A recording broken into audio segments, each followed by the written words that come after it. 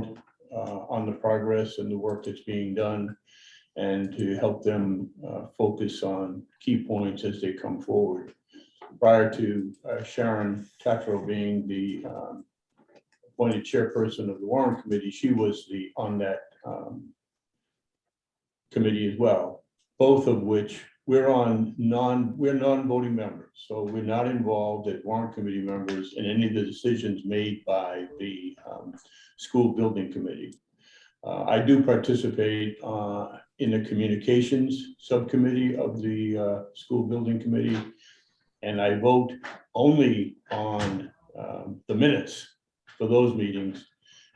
That's not a policy board. That's just that's actually a committee that tries to think of ways to communicate to the public the results and work that's being done by the school building committee, just as a way of enhancing communication. So, but neither myself nor Sharon has ever been engaged in voting on policy issues of the school building committee. Our intent is to be the representatives of the Warrant Committee, which in fact, we're intending here to be the representatives of the electorate, so that we can bring to the town members, when the voters come forward in the school building committee article, that the facts as they've been presented, and to give an opportunity for input from the various groups involved, and also to encourage public input, as Sharon has opened an email address for the Warrant Committee to encourage people to ask questions. And as we have our meetings, we're going to try our best to address those questions as they come forward. As we came forward and saw this, it was clear to me there were two issues.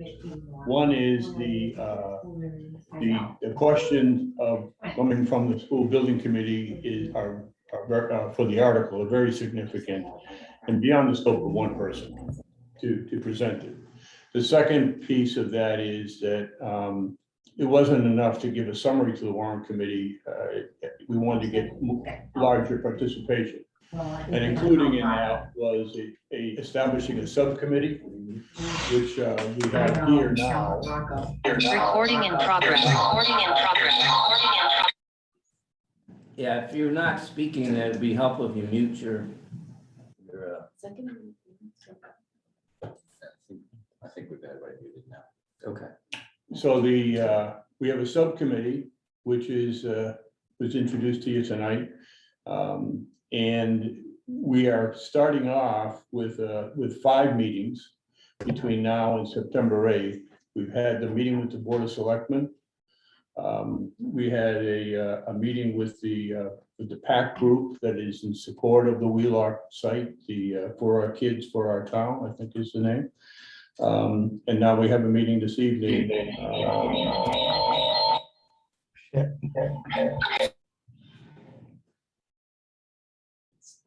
He's in It's 2 different audio devices, I think. Yeah. You struggling with audio, Tim? Yeah, totally. But is this better? Yeah, That's perfect. Yes. I hate to actually tell you what happened, but I didn't have my volume up the whole time. We'll forgive you. Okay. So On mute now. Yeah, okay. So the opportunity is, in this evening, we're meeting with the school building committee chairman. And we will next meet with the school committee and the superintendent. And that's on September 7th. And then on September 8th, we will meet with the Dale. It's actually the 8th with the school committee, 9th in the morning with Dale. So the 8th with the school committee and the 9th with the Dale, for the Dale advocates.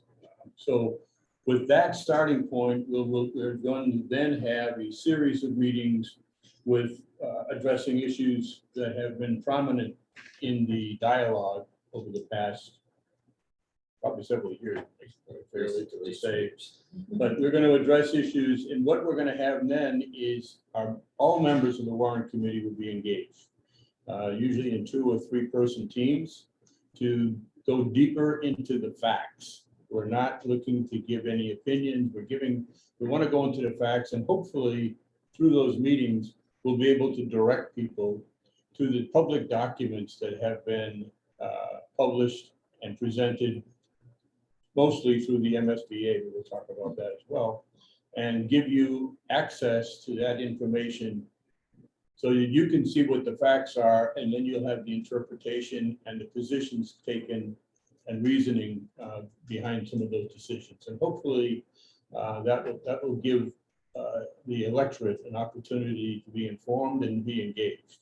At the end of the process, which will probably be in the latter part of October, given the timing of the special time meeting in November, the Warrant Committee will meet in a public session to discuss the article, to take facts on it, and to take input. It'll be a to be heard hearing, so it won't be one in which we'll vote on.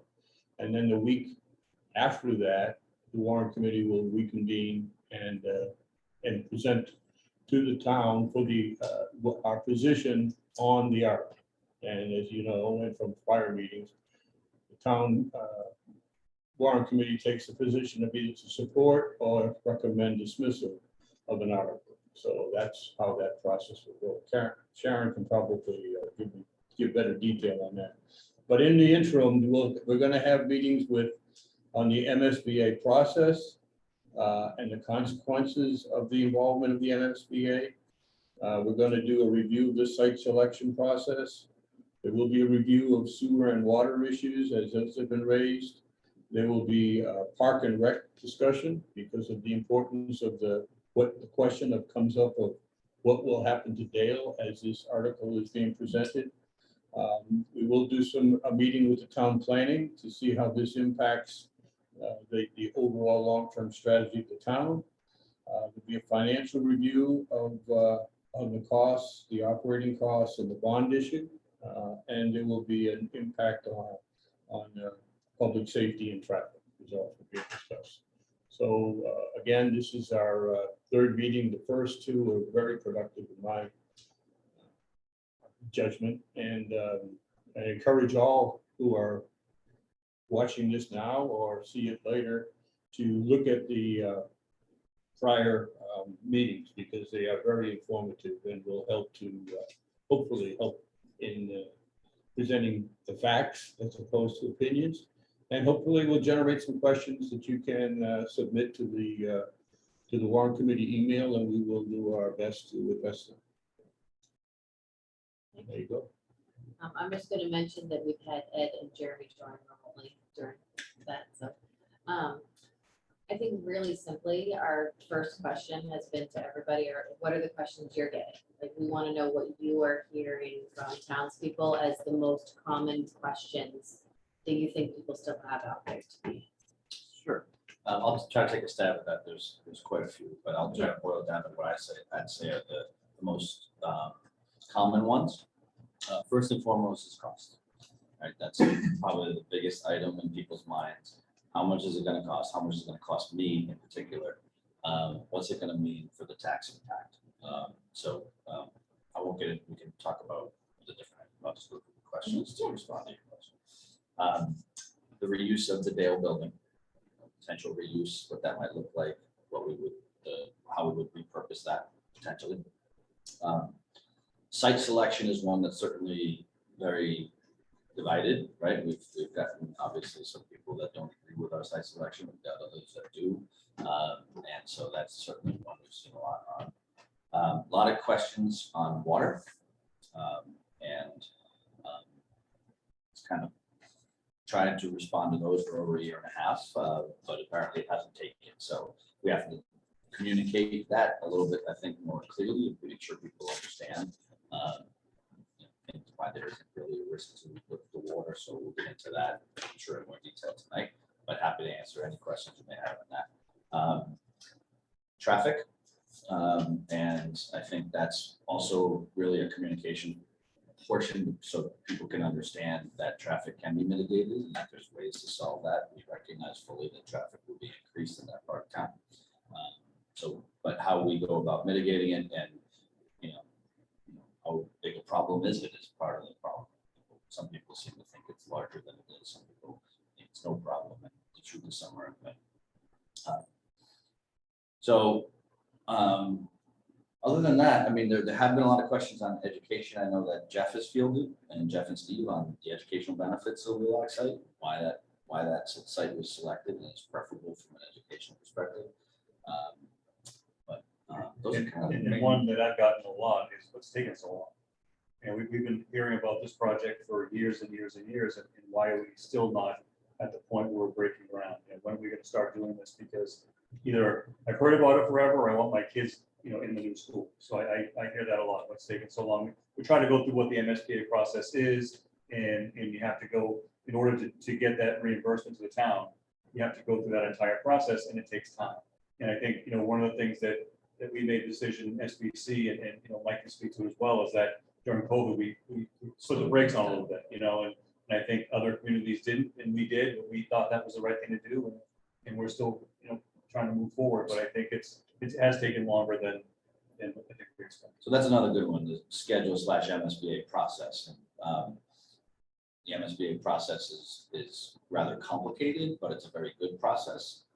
They've been very successful with it, but for an outsider, it's baffling. It takes a lot of understanding. So trying to explain that to people who haven't been part of it, who don't understand it, is a real challenge.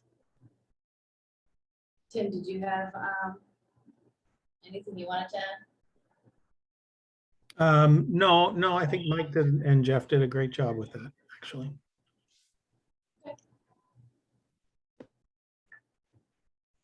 So you talked about timing. Can you kind of give an overview of this MSBA process? I know it's voluminous, but from your perspective. Sure. So based on our current schedule, we are looking at submitting what's called the schematic design report. This will happen in September, shortly, in the next week or so. That will go to the board. The board reviews that. There's meetings beforehand, and then the board will vote on that at the end of October. So that's a process with the MSBA. The rest of in the meantime, the SBC will be working diligently to spread information between now and the vote.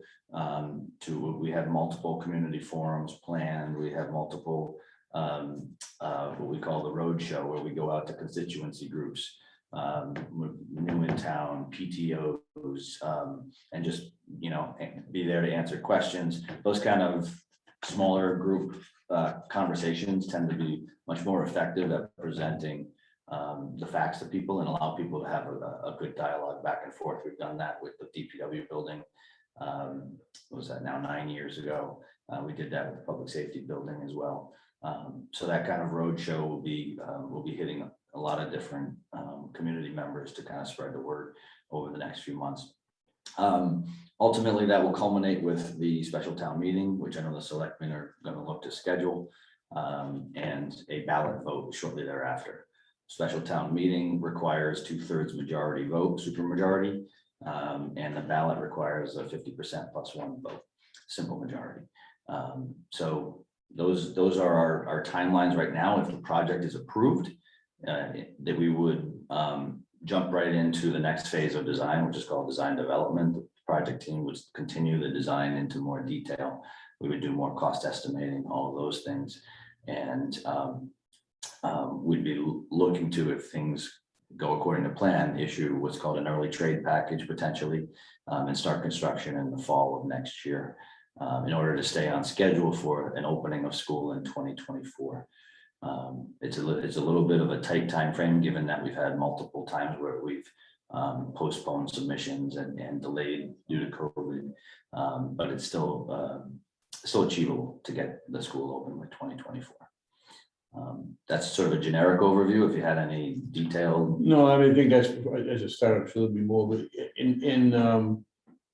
can you just go over or summarize the process by which the school building committee was selected and appointed, the process, how that ties to this MSBA, And perhaps just a quick Sure. overview of who the members are and what their backgrounds are. So you're testing my memory a little bit because that was what we're here for, Mike. 3 years ago. But so we have a permanent building committee in town, and you know, basically, which I also chair, and all the members are part of this school building committee, because that was kind of like the starting point, right? We've got a group that's been put together to oversee all municipal building projects.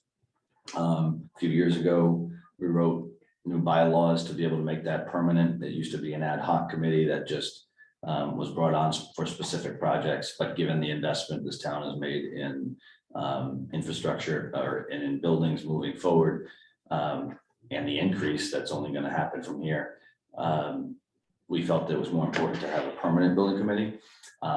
So that was sort of the basis that we started from, and then there are some areas that the MSBA wants to ensure. So the superintendent, school committee representation, executive representation. So that would be Mike Marcucci. Sorry, so I back up. School committee would be Leo Brown and Anna Mae O'Shea Brook, both representatives of school committee. We would have the executive would be Mike Marcucci as a representative board of selectmen, someone from a finance committee, or in our case, a warrant committee, and that started off as Sharon and is now Bob. We added our facilities director, Amy Collar, in because obviously she has to maintain this building. And she needs to be a vital part of the discussion on how it's designed.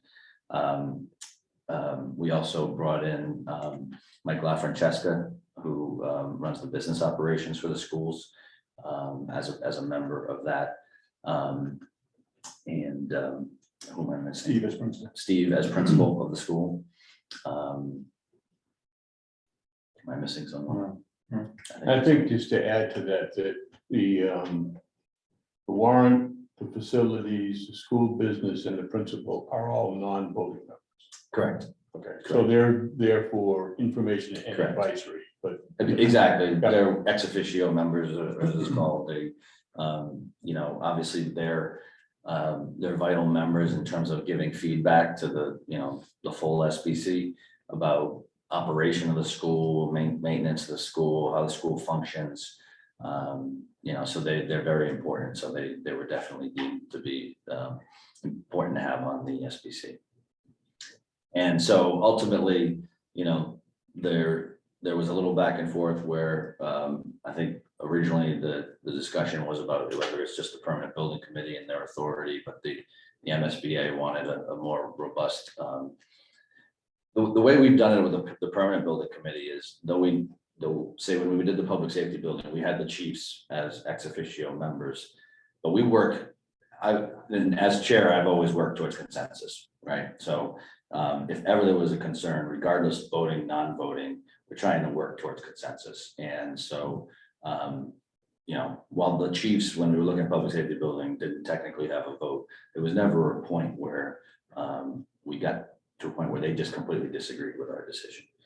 If that came up, we would just not move forward and have a conversation about how we get back to consensus.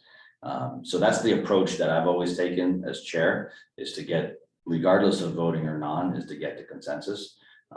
It may not always be possible, but we've been pretty successful. So I don't look at Steve Grenham as, oh, he's non-voting, I'm not gonna, you know, listen to his opinion. He's an absolutely vital part. Mike LaFrancesca, Amy Collar, and Christine. Sorry, we didn't mention Christine, of course. I knew I forgot somebody. Christine Trierweiler as town administrator is also a member. So so we always work towards consensus. It's not about voting or non-voting, at least in my mind as chair. And if I may, just on the school building committee, you know, I've been in other communities, and certainly Mike has worked in other communities with his position.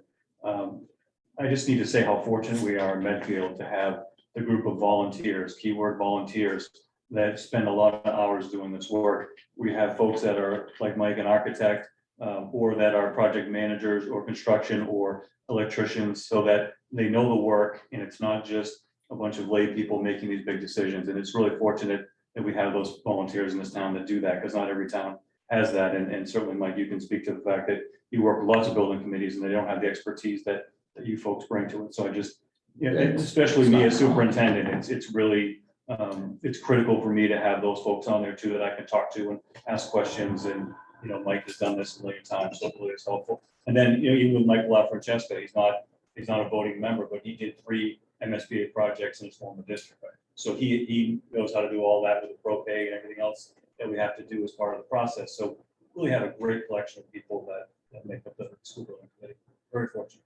Yeah, so a little bit of background for those listening that may not know us. Tim Benfatti and I we manage MSBA projects as part of what's called an owner's project management company.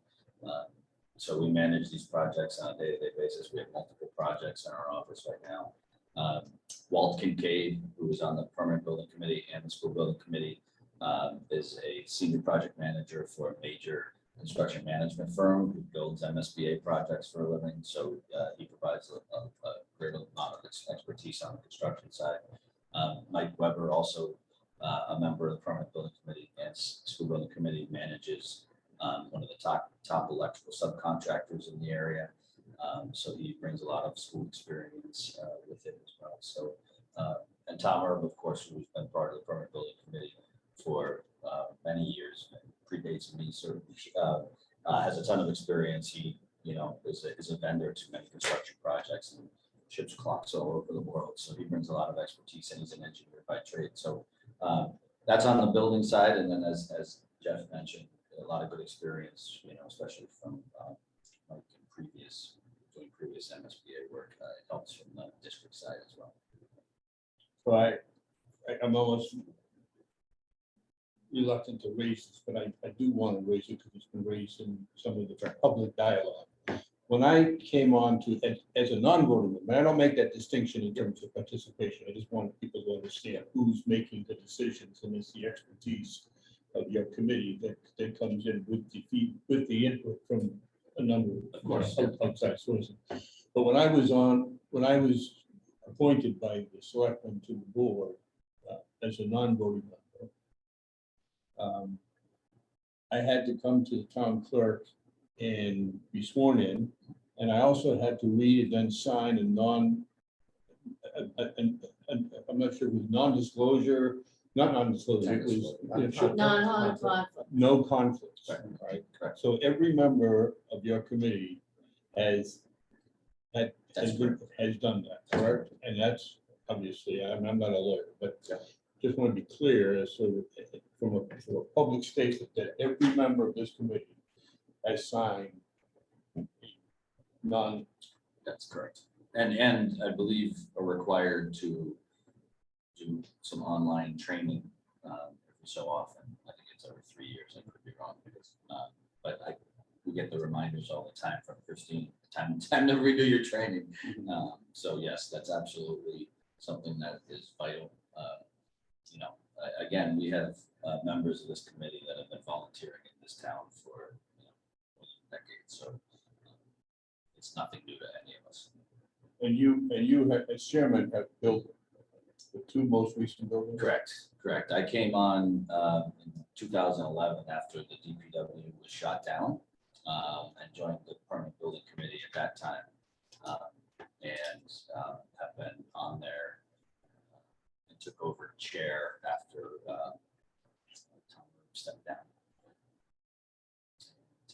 So I presented the DPW in 2012, the following year, and then the other project, the public safety building, I believe was 2015. Yeah, no, trust my memory. So, but I believe that was nice. Is there anything else you wanted to add?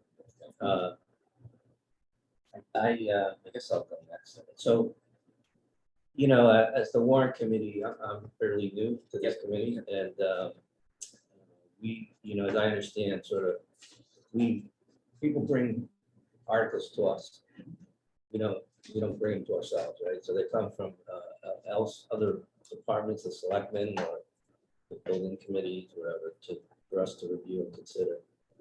And you know, so in order to understand complex topics like this, as Bob said, you know, we're required to make a recommendation. So to do our own due diligence, we do join meetings to learn, to understand, to sort of, something like this, you can't, I'm new and I'm trying to, get caught up to speed really quick on this. It's a lot of work, so I'm thankful that people like Bob, and Sharon have that history from attending those meetings. So, but, I sort of view our role as making sure that the town meeting, making sure that people vote, everybody gets one vote, we're an open town meeting. And one of the challenges of that form of government is, yeah, there's a lot of participation, but risk of people not being informed, right? They may not have all the details, all the facts. So Highly likely. yeah, and so, this is a complicated project, and the town's very engaged right now, from what I can tell. So we have received a few questions. I don't know if you mind, we probably. Whatever you'd like to ask, I will venture to answer. All right. So the ones that came in yesterday dealt with mostly with, I would sort of say the environment, water type issues around the Wheelock site. And, they came from, they all came from the same person who, so they have some questions. One of them is around, I guess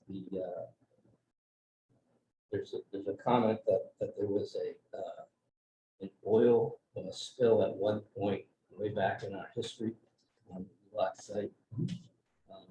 And they're curious on, what is it, what do you know about it, kind of how would it be dealt with in the project, things like that. So I'm going to defer to Jeff since he has more of the history around it, but Jeff, maybe you can fill in. Yeah, so we actually, this is my 9th year here, and I hadn't heard of an oil spill at Wheelock until it was brought to our attention. So we did some research on it. It was on November 29th, 1988.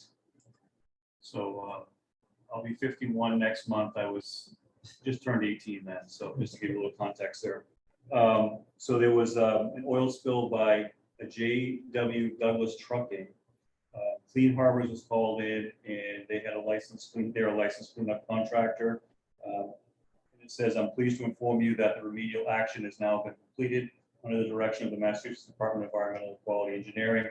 All contaminated material and debris have been removed and disposed of at a licensed disposal facility as required by state and federal regulations. So that's what we found. God bless Kathy Leader, who was buried today. She had an incredible filing system, and we were able to go through the files, and Wheelock oil spill was there, and I just need to say it again, it was November of 1988. So everything was done by the book correctly and resolved. That's great. So and just so everyone knows, Kathy Leader is she was the secretary to the former superintendent. To 4 superintendents, yes. 4 I was superintendents. the last one she was secretary. So it's fair to say that the school committee knew about this at the time, right? At the time, absolutely, yeah. I think that covers that one. So another one is, this one, I'll be honest with you, I was a little confused because I went online and sort of did my own due diligence on it. It deals with this, the GIS site. And as I understand it, there's different radiuses away from a wellhead that zones where there's protections in place. Yeah. And the closest one is a 400-foot one. Yeah. That requires absolutely no construction, basically. Except unless to you got- support the well to itself. support the actual well, right? Right. And then the next radius is like 2,000 feet Correct, by our bylaws. by our own bylaws. Correct. And, maybe you could comment on how that compares to what's required by the state or whatever, but. So then that 2,000-foot circle, and then past that, there's what they call the primary aquifer. right? The Aquifer Protection District. The Aquifer Protection District, which deals with two types of aquifers, the primary and the secondary. Correct, yeah. And so the 2,000 square foot radius is the zone one. And then the zone two is comprised of both primary and secondary. Yeah, you have to be careful a little bit using zone one and zone two, and I'll tell you why, just briefly before you continue. There's zone one and zone two as is defined in our bylaws, and then there's zone one and zone two as is defined by Mass DEP, and they're different. Yeah. So if we're referring to one or the other, I just want to make sure we're clear. If we're referring to ours, which I think you are. Yeah, I Referring to our think I'm bylaws. referring to ours because I had the same problem. I got confused when I looked at Trust the me, research for the state. unless you're a civil engineer, it gets real It's confusing. really confusing, yeah. So I'm trying to just stick with our own local ones, Yep. which I'm assuming are probably stricter than the state, but maybe not, I don't know. But when you go on that GIS site, it's a little confusing because this 400-foot circle is actually past the 2,000-foot circle, so. Yeah, It's gotta be. an there was hour. some corrections, correct. Like, one of the things we discovered after we did our survey, right, where we had to do a fully professional licensed surveyor had to go out and survey the entire site. Yeah, And as part of that, they survey, we were able to identify where the wellheads are. And so from that, we're able to identify where that 2,000-foot district is. Yeah. On top of that, well, actually, before I get into that, let me just say that one of the things that happened is that the property, the Hannah Adams property, was recently purchased by a developer from Millis. yeah, As part of his development plan, he did his survey. And his surveyor identified the fact that our GIS showed a 2,400-foot radius, not a 2,000-foot radius around the wellhead, and challenged it. And then it was found to be incorrect on the GIS. So the Mass State GIS was updated so that that 2,000-foot radius would be actually shown accurately. I don't know if they corrected the 400-foot, because I know the 400-foot showed it like it was clearly a lot more than 400 feet. yeah, I mean, well, it's outside the 2,000, Yeah. which logically can't be possible. Yeah. so- But all easily, looked at in terms of a professional land survey. Yeah, okay. So I think, so this question was, he attached the GIS site and wanted us to look at it.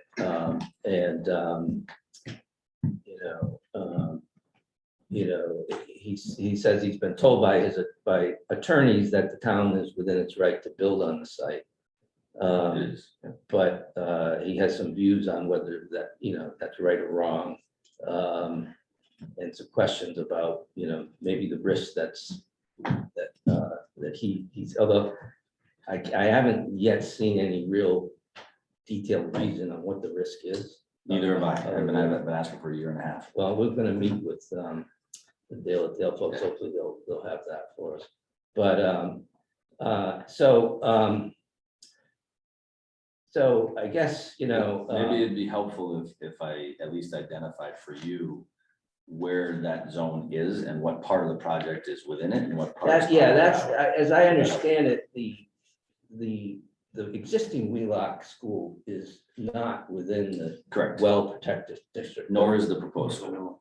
Nor is the proposed school. Correct. But there is a piece of like parking, A small piece of the parking Parking. and the replacement field are within. and the well replacement protection field are district. within the Correct. well protection district. Correct. The other buildings are not, but they are in the primary aquifer. Correct.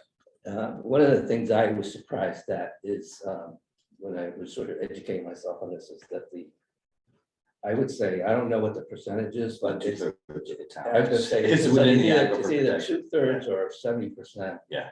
Of, you look at the map and you just click on the GIS and it's like, most of Medfield is in an aquifer. So Memorial and Dale are also in. aren't they? Correct. And they're not Absolutely. currently- Memorial Yeah, there's- Dale are in the primary. There's very aquifer. few places that aren't within the Absolutely. zone 2.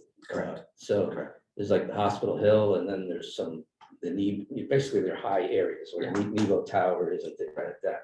But we're very unique as a town in that most of the town is in Yep. zone 2. Yeah.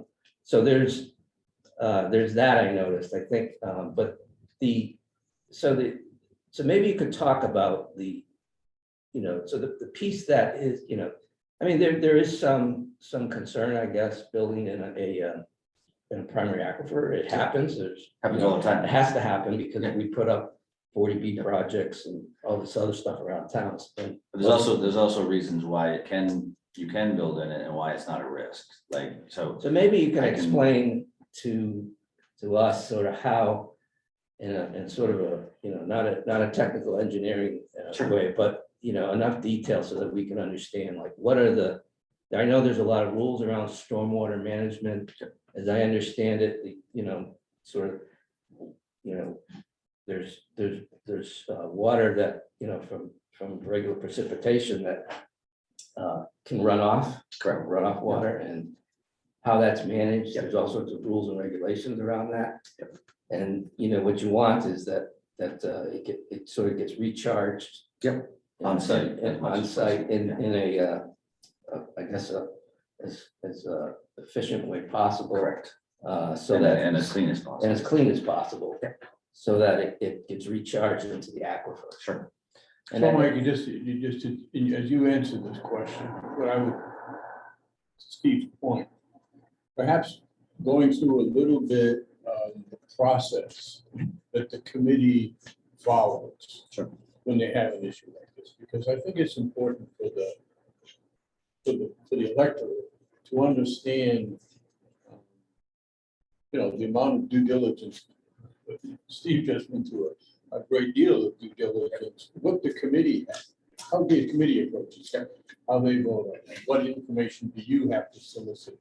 And what input do you take? Because I know this has been discussed in public Great and detail, raised yeah. as well, so.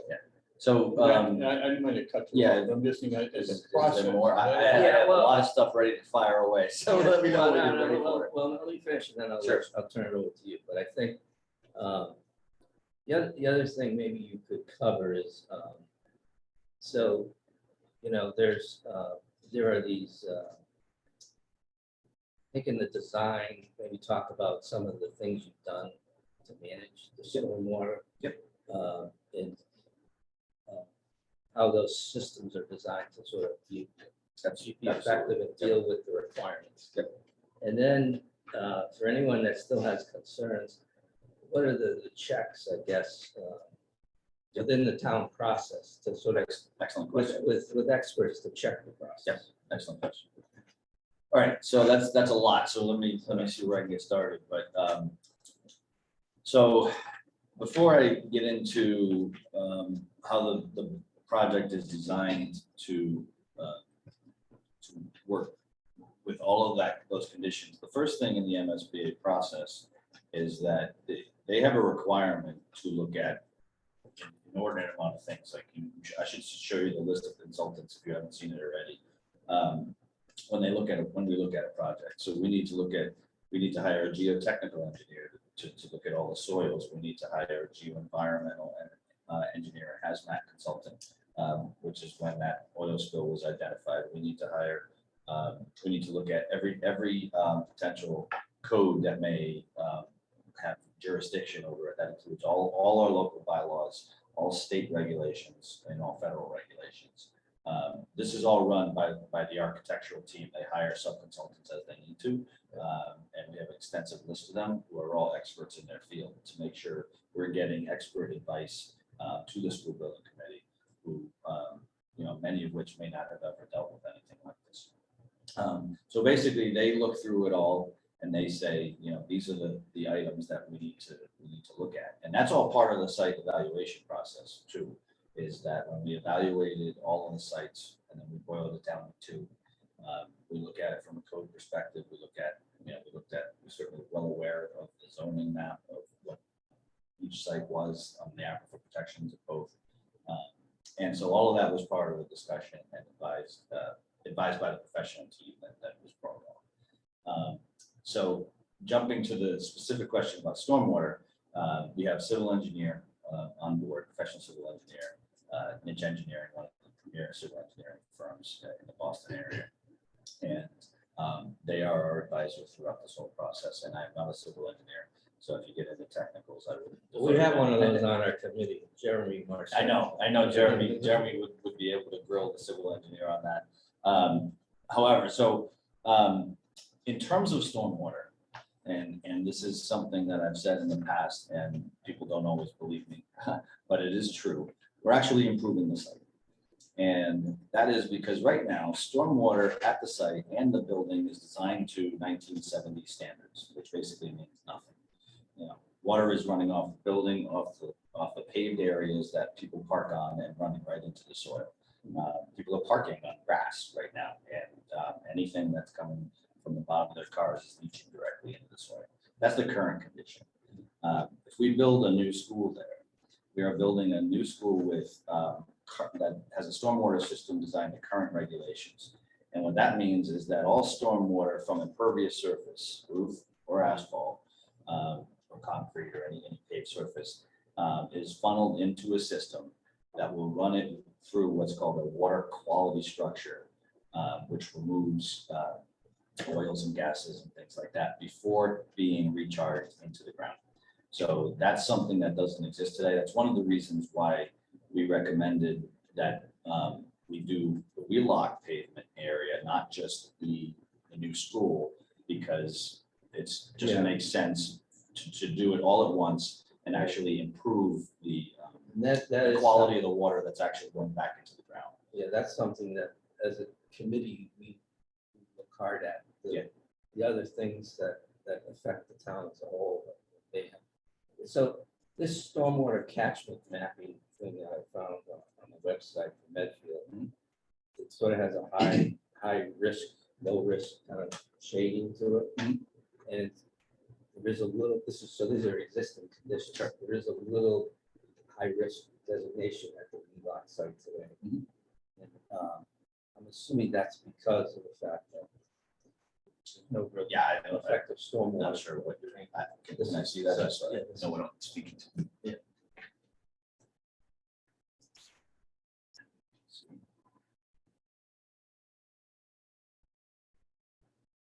It's kind of hard to see. Yeah, it's really There's a hard to small dot there that's red. That's the Wheelock. That's the Wheelock. Can you show me? So, I'm sorry, so it's down here.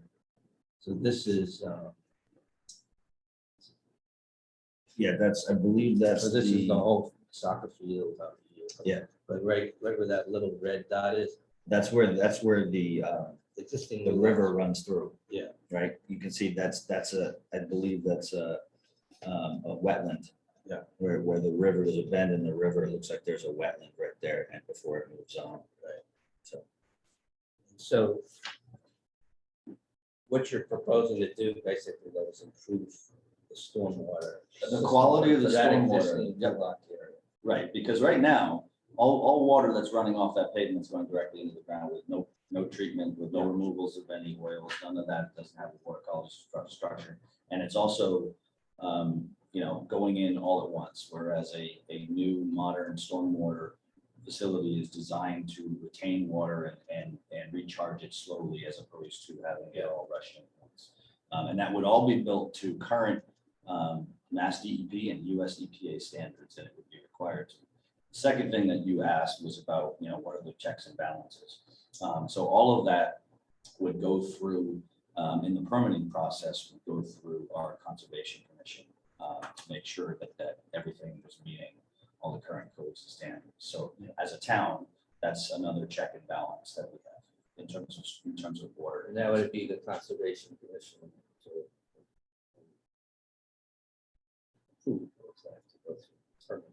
Correct. Conservation Commission, Planning Board are the two commitments. So, and that's a rigorous process. They would go through. I don't know if I forget if we do it here in Medfield, but some towns do require a peer review, a third-party peer review as a way to ensure, which we'd be happy to have that happen. Just, if people want to feel like more confident that we're doing what we say we're going to do. What I can also tell you is I don't think it's in the town's interest to spoil its own water supply, but some people may feel otherwise. Yeah, I assume your family drinks this. Yep. water.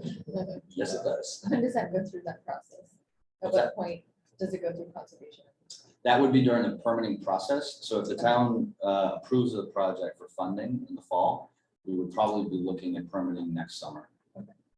to start early construction in the fall? That's my question. And I know about the existing V-Lot parking area. Yep. But then there's the grass area in between. Where people park now. People park. Yes, and that won't be happening at Especially on the school. weekends when it's Yeah. overloaded with cars, and for soccer and stuff like that. And so the goal of this project is to, and I know it sounds counterintuitive, people think more pavement is bad, but I can tell you that people parking on pavement with a stormwater system designed to treat the water properly versus people parking directly on grass is better. Yeah. So there will be enough parking to support, those big soccer weekends and the pin nights and all of that, where we know there are extensive amount of cars parked there. Okay. So overall, the systems are designed to improve the existing conditions. Correct. I mean, it's Okay, that's. 1970, so it Yeah. doesn't take much to improve it, but that is correct.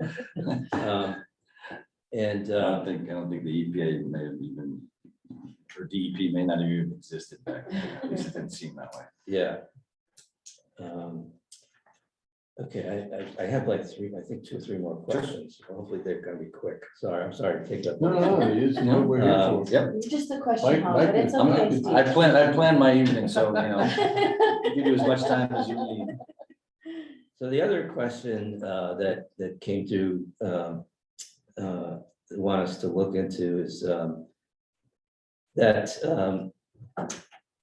the comment is that the project would if it's constructed, would push people who walk their dogs Mhm.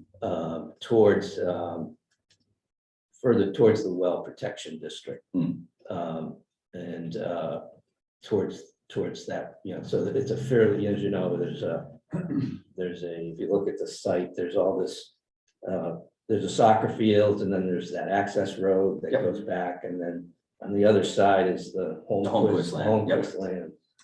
That's where most people walk their dogs today, and that's the majority of it, because that's where they can be off leash. They can't be off leash on Yeah. the school, not supposed to be off leash on the school property.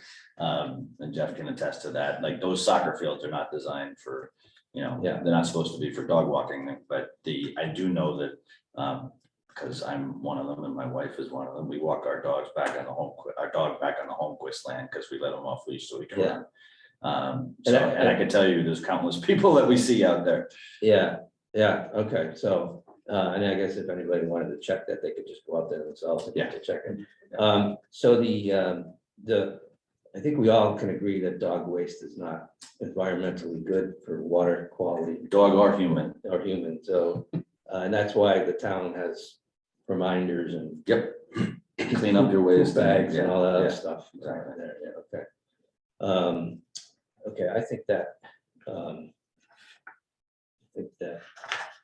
answers that one. And then the other one is they're concerned again about the water quality. And this one, I actually, okay, so I don't know if you remember, but at town meeting, there was a gentleman, I can't remember his name, but he was from he was sponsor of the well article that dealt with the $12 million. And he got up and gave a presentation. I think that was Bill Harvey, who heads up Bill the Harvey, Water yeah. and Sewer Commission. Yeah. And so he, in his presentation, so the question was that, they wanted us to look at that, the certain piece of his presentation Mhm. and compare it to what was actually in the environmental partners letter. Mhm. And so I transcribed what was in the attack, and he attached the actual live presentation. So I'll just read it. It says, as part of that and knowing, I don't have the whole thing, he just only sent me part of it. So it says, as part of that and knowing that there is a possible project for a school, we had our consulting engineering company, Environmental Partners, review any impacts about that proposed school and looking at any impacts on the water sources for 3 and 4. 3 and 4 means Wells 3 and 4. 3 and 4, yeah. The firm found that both the existing and the proposed school were entirely within the primary aquifer zone.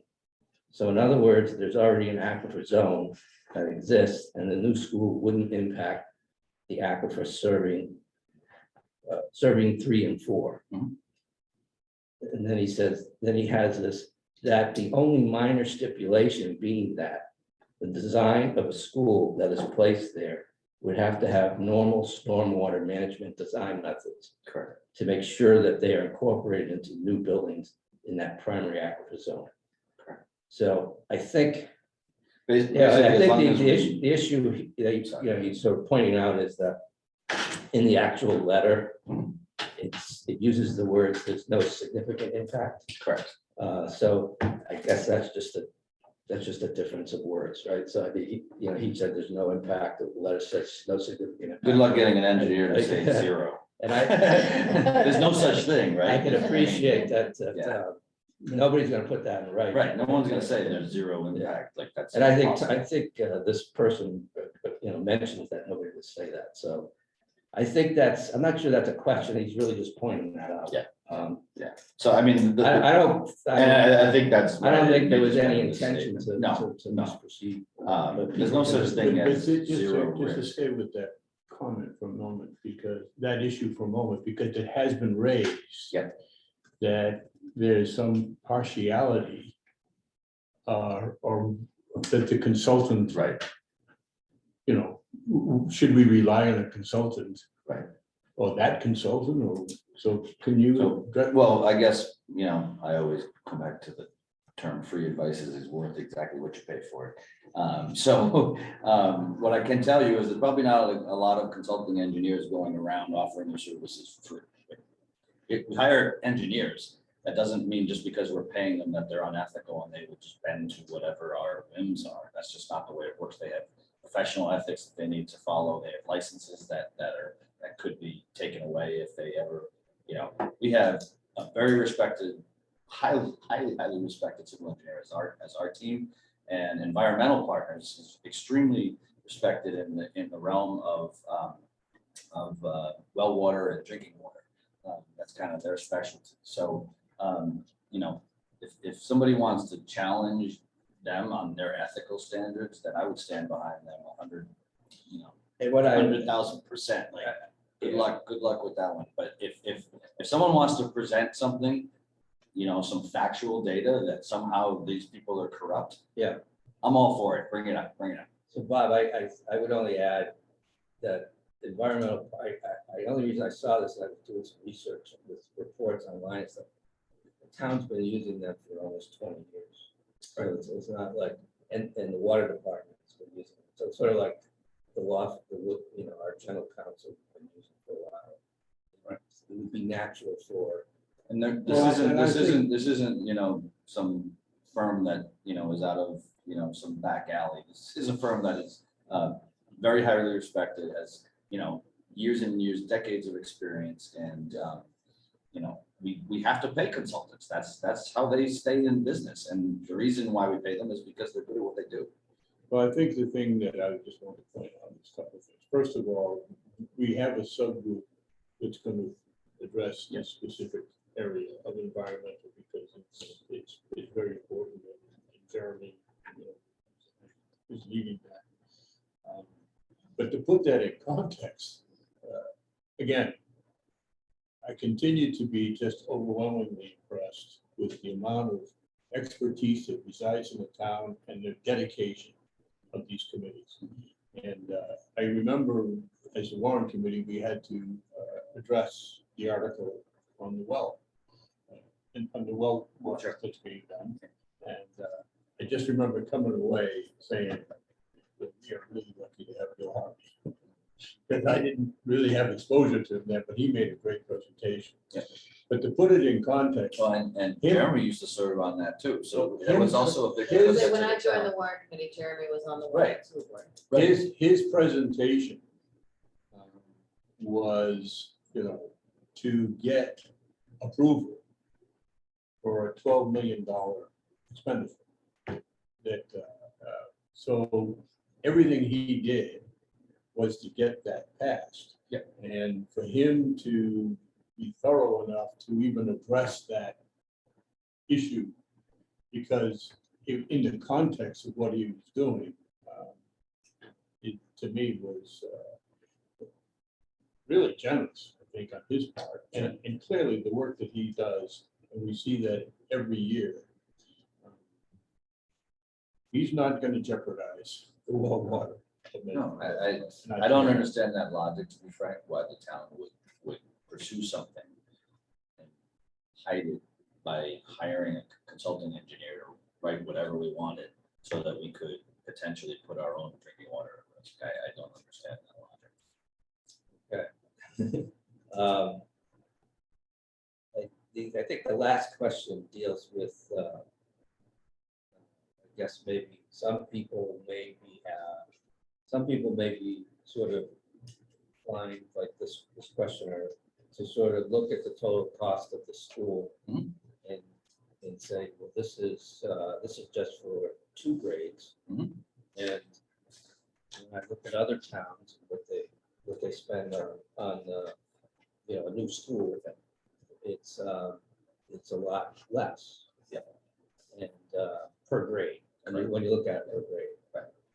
And maybe, I don't know, maybe Jeff or you can talk to this about it seems to me, but I'll let you answer the question, but Medfield's a little bit unique in our grade configuration compared to other towns. Correct.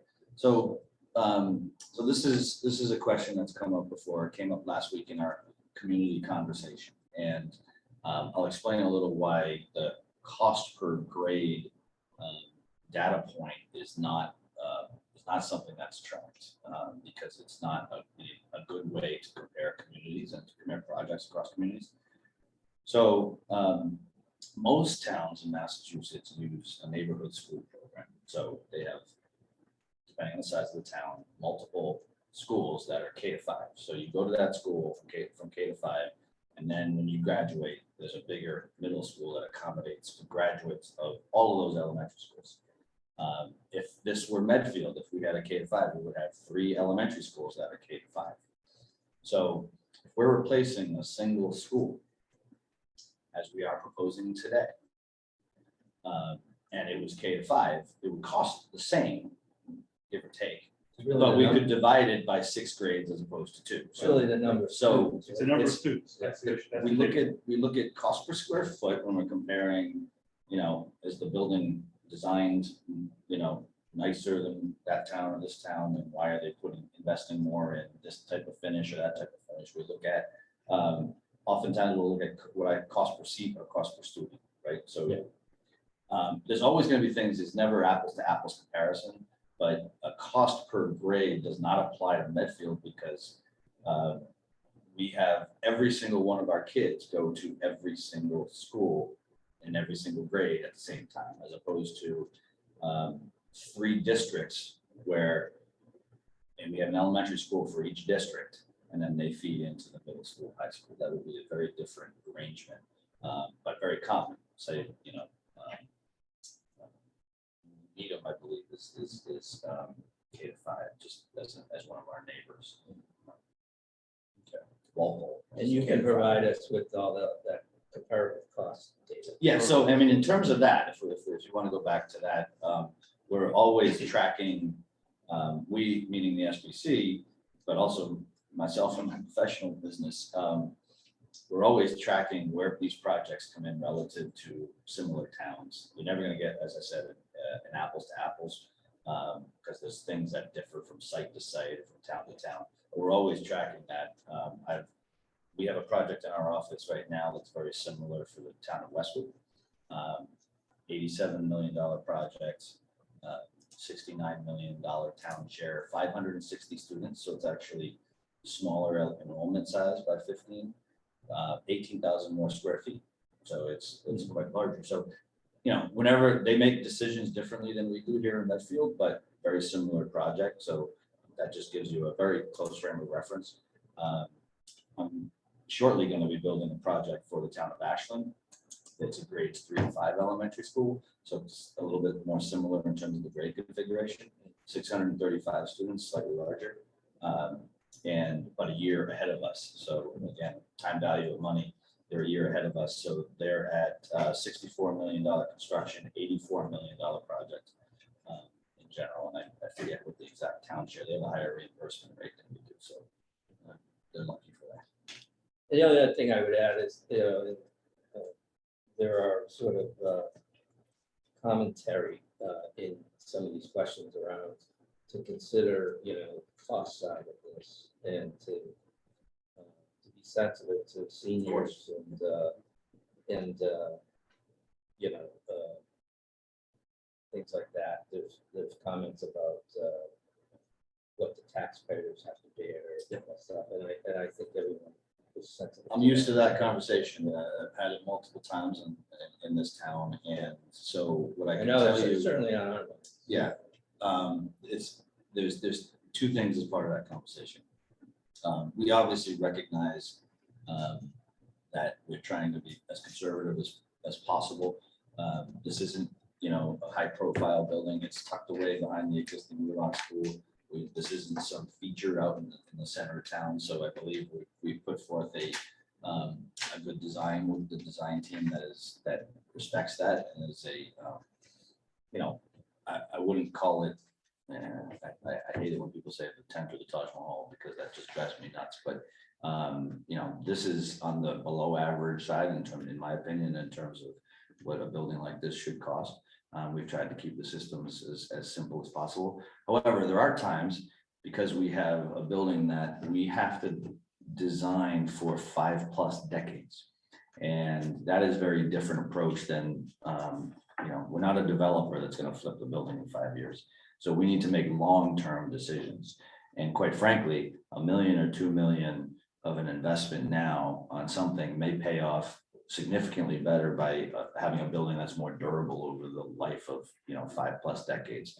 So we're not here to present the cheapest option. We're here to present what we believe is the best option that will last this town and serve this town for over 50 years. So there are things that require investing a little bit more upfront that will pay off. We had that discussion with regards to the net zero approach and investing more in all electric building as opposed to fossil fuels and other things that are bad for the environment and long term don't make sense for the town, because we have to live with this for a long time. This is a long-term investment, and I get that means sometimes it's a little bit more expensive upfront. Well, that's the toughest part of all this, right? Absolutely. Is that balancing act of Correct. making sure that we balance that long-term view with the short-term impact to the townspeople from a cost perspective. Without being penny wise. And I think when that, one of the things I know we'll look at, when the cost numbers are finalized is how I know personally I'm interested in is how have you maximized the MSBA reimbursement part of this and try to stay within sort of their rubric, I guess, of how they reimburse. Okay. But then I'm sure there's other decisions you made that you'll have to explain to people And about justify. why you maybe went outside that. Yep. And what are the reasons for that. Absolutely. So that's, I would encourage you to attend tomorrow night's meeting because we're all full of night meetings these days. But the SBC will be meeting and going through the budget in detail tomorrow night. okay. Part of that is going through what is an extremely complicated spreadsheet that the MSBA has for their total project budget, where we plug in all the numbers for the project and it tells us what is and isn't reimbursable and what percentage and all of that. So Okay. that's going to be a lengthy discussion, but obviously there'd be much more that we're going to have with you before November. Okay. It's very complicated. And I would just say educationally, there's no doubt in my mind that the 3-4-5 building, that configuration was the best long-term for this community education. There was no doubt in my mind of making the Memorial School Early Childhood Center, moving grade 1 over to Wheelock and making that a 3-4-5. But the cost didn't work out. We looked at the cost. It And didn't then make sense. COVID hit, And then too. COVID hit, right. It didn't make sense. I mean, it was going to be a much more expensive building that we thought wasn't, wouldn't be something the town would accept. Yeah. It's so I like saw biting off more That than was we close. could chew. It was getting up to like $100 It was million. over 100. Yeah. It's about 105. So I think we looked at that. Yeah. Just to your point about being cognizant of the cost, I think we backed that out and we I made a recommendation to the school committee of going to a 4-5 instead of 3-4-5, knowing that educationally 3-4-5 for the next 20 years is much better than what we're doing, but a 4-5 is still great. Yeah. But I So, think but that we we don't- looked at that, the cost and made a decision not to go pursue that. We weren't approaching it as money is no objects, right? Like, Right, we right, obviously know money is this is the biggest price tag this town has ever seen, and we take that seriously. And we're working to make sure that it's appropriate. And that was part of the reason why, when certainly once COVID hit and everybody was not certain of the future, a lot of people, even career wise. So that's when we made the decision to just pursue the 4-5. Let someone else ask questions. You're doing great. I'll get just to follow the last one and then. I'll let Or on this, I Joe don't know if anyone else. still goes on, but, so just in the context of that was just being discussed, and I know you'll get into more detail, but in the letters that Steve referred to, where was referenced, there's a conception of the excess, the space beyond what is reimbursable, right? Correct. And I think that, in the town conversations that I've heard, the question comes up on the gymnasium, which I think is one. I think the second. There's really. Go ahead. I think, wasn't there something around the stage or something? The stage of the gymnasium. Yeah. Those are the two areas. Yeah. So either Jeff or yourself. If Jeff. you wanna- Yeah, I think that, we felt like, in order to provide the type of program that we're doing right now for music instruction and performance, that we needed a stage that was larger than what MSBA would reimburse, so that we could, because our program is there are so many participants and so successful. There's a lot of kids there, and they couldn't fit on the actual stage that MSBA recommended and reimburses, so we asked for a larger stage to make sure all of our kids could be up there. And then the gym part, I think, we heard loud and clear when we were doing the community forums a couple of years ago, that gym space was an issue in the community, and that we have kids that are grade school traveling to Wellesley and all those other places for practice. So if we were able to get a gym that we could have one full court going the long way and then have two full courts going the other way, that would make sense. So much like what we have at the high school, that would make sense for our kids, and not just during the school day, but after hours as well. So that's where that came from. So those are really the only two areas that we went above the Yeah, reimbursement. and it's a relatively small number, and it's like 4,000 square feet or so. Don't quote me on that. I've looked at space somewhere in a while, but the court, just as a frame of reference, the court, we looked at 15 different designs, right? We started with the largest, which is, 2 full high school size courts, down to the MSBA minimum and everything in between. And we chose one in the middle that would allow us to have a full-size court, or be subdivided and have 2 youth-size courts. So that gives us the flexibility to be able to have 2 groups practicing at the same time as opposed to just one. And it's been noted throughout the town about, certainly through youth sports, about the frustration for the basketball program that has to send their kids out of town for practice because there's no court space. Yeah, actually, in our meeting last week with the proponents for the Wheelock site, they did highlight the fact that the gymnasium accommodates the community. It's a community In space, addition, yeah. in addition to the, Correct. because I know that in the discussion. And the stage as well. And the principal made the reference to the fact that they could have 2 gym classes simultaneously with that size. But even during that process, Bob, we looked at, to Mike's point, looking at the different versions of it, we actually scaled back on the bleachers, because then that impacted the number of parking spaces, it impacted the number of bathrooms, the number of sinks you had to have. So we went through all that, to scale it down, so we had the bare minimum in terms of plumbing and sinks in that gym area, and then reduce the number of parking spots, because that was additional money. So that was probably a full meeting just on going through that. Which was amazing. A full public. Yep. Yeah. It's an SBC meeting, and it's all in the presentations from the SBC meetings. You can see all the options we looked at and which ones we chose. Is there anywhere, information on if you scale those spaces to the MSBA requirements, what the opportunity would be for reimbursement? No, we can easily do that math. Yeah. The reimbursement doesn't go up, right? If we do the minimum, basically we just, taken on that extra square footage that we pay for ourselves. So their reimbursement wouldn't go up. If we did the MSBA minimum and didn't do the extra square footage, our share would just go down. Okay. So, it's, So they're not- it's more. Not reimbursing Right, correct, anything for there, it's just that. Correct. Yeah. I can tell you, it's pretty rare, it's pretty rare for there to be an MSBA minimum school where everything is just minimums. I mean, Tim might know of one, but I don't know of one. He's shaking his head. He's shaking his head no. Yeah. It's pretty rare that towns enter into one of these projects and say, well, we're just doing the MSBA minimum, because inevitably there's things like this that have to do with how we educate differently than other towns. And the things that are important to us as a town, where we suggest a little additional investment, but you know, in the grand scheme of things, you know, 4,000 square feet is definitely on the low side for, you know, towns typically do above and beyond that.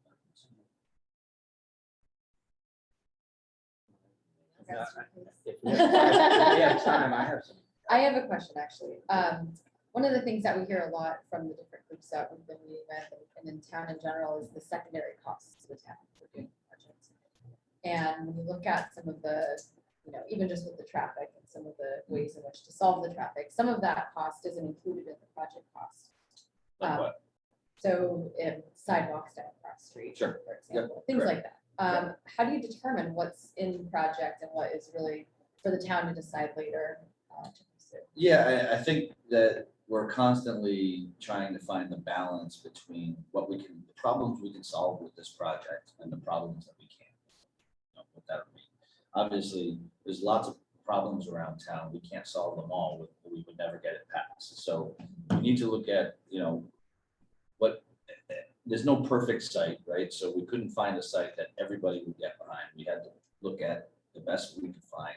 And inevitably, there's some con with that site. For this, it's traffic, right? It's definitely an area that will see increased traffic, but not beyond the realm of mitigation efforts that we've seen successful in other school projects. So then we look at it and say, okay, how do we mitigate that? We looked at multiple options. We think we can mitigate it with sort of restriping the street, adding some turn lanes and adding some stop signs. And then there's some concerns that we had multiple conversations with the Wheelock neighbors about having to do with cut throughs. And some of that exists today. It's not something that we're creating by this, but there's some of those streets right now are cut throughs for people that are trying to shortcut traffic on their commutes into Boston. Yeah, like Admittedly did that when I was Knollwood up to Cross and up Phillip and out Hartford Street. So trust me, I look for every shortcut. And with Waze nowadays. I know, there's no shortcuts I know. anymore. The algorithms of Waze I are hate so that. smart today. So I think if you live on one of those cut throughs and you wanna do ways, you go outside and you just say that there's a detour. Yeah. Road Oh, closed, there you and go. then I'm just saying, you could find a way. So there's some problems that I'm exist sure they have a today that rule we won't be able to People have solve. to do it. But we factored into our decision making, and we, you know, and we will continue to have discussions. If this gets approved, we'll continue to have discussions with the Wheelock neighbors about the best way to do that.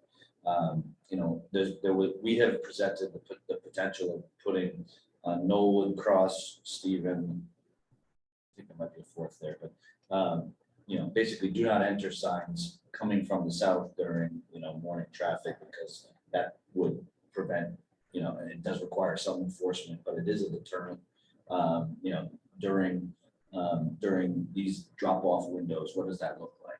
So that people don't end up using those as cut-throughs, and to the best of our ability that we can control that traffic so that it doesn't blend through the neighborhood. And then the second thing is really making sure the intersection at Elm and South functions better than it does today. It doesn't function well today for a bunch of reasons. But right now, we think we can do it in our discussions with the traffic engineer. We think we can do it with a three-way stop sign at that intersection as opposed to just a one-way stop sign. So traffic from the north and south have to actually stop so that traffic from Elm can actually get out. So we also have the potential of doing a traffic signal as a backup scenario. But I don't think that's going to be necessary as our fallback. So But all of that, now, just one more thing before I want to respond to, you know, the sidewalk at Cross Street. Because early on, when there was a question about sidewalks, I actually went around all the neighborhoods and sort of documented, did a little map about where there are sidewalks and where there aren't, because there was a lot of confusion about that. And there aren't on Cross Street, that's certainly well documented, but looking at it, there's a real challenge there, topographically. Those and rock that's real close to the street. And so I don't know that it sets up well ever for sidewalks without serious mitigation. And that's one of the reasons why I don't think that's a problem with this project itself, because the cost to do that would be enough to really change the trajectory of this project. Okay. So it's really around significance of impact on taking that on. Yeah, yeah, and quite honestly, that was Cross, and then when you get way up, Phillip are the only streets in the area that don't have sidewalks. I mean, Elm has sidewalks all the way out to South, and then when you go up from South, and the entire neighborhood to the west of South all has sidewalks. That's been part of our presentation where I highlighted exactly where sidewalks are. And people often forget that just north of Dale and Memorial now, that entire area doesn't have sidewalks. So I get that it's important. Safety is number one. We build schools for a living. I can't tell you how important safety is to us. We recognize we're building schools for kids, and we want them as safe as possible. But in terms of Cross Street, I don't know that there's a way we can solve that with this project, because it would require significant construction. Okay, yeah, it's helpful because I think that's on folks' mind around, okay, well, Sure. project's starting to get done and then you've got a new requirement that pops up, and how do we Yeah. get So- that approved, and how do we pay for that? And there's some dialogue and some back and forth that'll happen if the project is approved from a funding perspective, to make sure that those neighbors are involved in the planning of that, what it looks like. What hours are on the sign. I think someone had sent a question on that says, do not enter between 7:30 and 9 or something with Yeah. drop off hours. So all of that is part of a dialogue that occurs when we get to the next level. Because that was a question we got, was like, what are the hours gonna be on the sign? Yep. I think, from what I understand, they don't know the answer to that today. We don't know the answer to But that. There'll be further study and Absolutely. discussions, and Yeah. that they'll involve people in those Yep. decisions. Again, there's almost They'll go through the normal, process of the there's town. 9 months to a year for all of that dialogue to happen, and maybe even during construction, Now, how because about that's the end of the job. will you do any further traffic studies if the project's approved? I gotta look back at for what exactly are we looking Well, I for? think, I know the one that got done was done during Sure. COVID, COVID, right? And there Didn't was, have a choice, unfortunately. there was some On our- extrapolation from Yeah. pre-COVID periods to sort of arrive at sort of the conclusions. But I was just curious. Not much though, by the way, when we did those traffic counts, They it were was higher. very close to pre-COVID numbers. Yeah, Because more people were driving. they won't be able to than taking the drive it, bus. yeah. Exactly. Yeah, they just might be driving, But the interesting part, if you'll the patterns might be different. if you'll bear with me for a moment, when we looked at traffic is, we actually got a picture of what the future looks like. Let me explain that for a moment. Pre-COVID, 85% of our elementary schools, or maybe even higher, took the bus. Okay, so parent drop-offs at the elementary schools was a very small percentage. Post-COVID, it was almost flipped. During. During. During. Sorry, during. So wishful thinking. Wishful thinking. During COVID, it was, I believe it was almost flipped. I don't know the exact numbers, but so all of a sudden you've got 85% of kids getting dropped off on their own, by the way, like they're not carpooling, right, during Right. COVID. Right. So we kind of got a picture of what the future looks like, because when we did the analysis, the amount of parents that were dropping off at Wheelock during COVID is equivalent to what we're calling post-COVID, which is when kids get back on the bus and there's an increase. So it's kind of offset, because all of a sudden, yes, there's more kids at that site, but kids are going to get back to busing. Actually, we're going to see, it'll be interesting to see how this year plays By out. the end of next week, we'll have a pretty good sense of what it's gonna look like. Yeah, okay. Yeah. So I mean, we're open to doing more study if there's you know, a good reason to, I guess, Yeah, is yeah. my only. I guess we'll have a period of time here in the next month or two, like you said, to sort of, Yeah, and it's not normal, but it's. it's closer than last We're year. getting last It's year. closer than I mean, last if you year. think about capacity of buses last year, it was, 25, 26 kids, whatever it was, and now we're back to 72 starting tomorrow. So you're gonna get those numbers back up. They've My They've kids are going on a bus. restructured the quarantine process for kids on buses. We know they have to wear a mask on buses. We have to have the ventilation and the windows open. So all these things we've learned the past year will certainly keep kids in school, but there'll be a lot more kids on buses than we had last year. Yeah, okay. My kids aren't told about it, but they're going on the bus. So I know there's a lot of dialogue and recorded conversation around site selection. Sure. That's already out there, but I wasn't sure if you guys ever reached out or evaluated any kind of Mass Historical Commission reimbursements with the reuse of the Dale location. Was that part of that evaluation? There's no program that I'm aware of that Mass Historic, it's not on the National Register. It's not, Okay. you know, something that's listed. I mean, it is listed as an asset. I forget on the. It's old, but. Yeah. Yeah, I But wasn't there's sure if it nothing would historic qualify about or- it, okay. at least outside of town, you know. So it wasn't considered then if it's not. I don't know of registered any program that wants to give us money, I'm all for it. You know, let's explore it, you know, so absolutely, if there was something like that, we would explore it, but, and again, you know, taking my SBC hat on, putting my PBC hat on, you know, we see that building as an asset that should be kept, and we do believe that we have, other uses that can use that building and still keep it. And I know there's a desire in the town to keep that building in some form or fashion. And our plan is to reuse it and not demolish it we see it as an asset, not as a liability, which I think a lot of people see that as. And we've talked about Park and Rec, and we, from what I understand from Christine, Medfield Youth Outreach is another potential tenant that would love to use that space. So there's a lot of these little needs that the town has that we don't have any flexibility on right now, that building could provide us moving forward.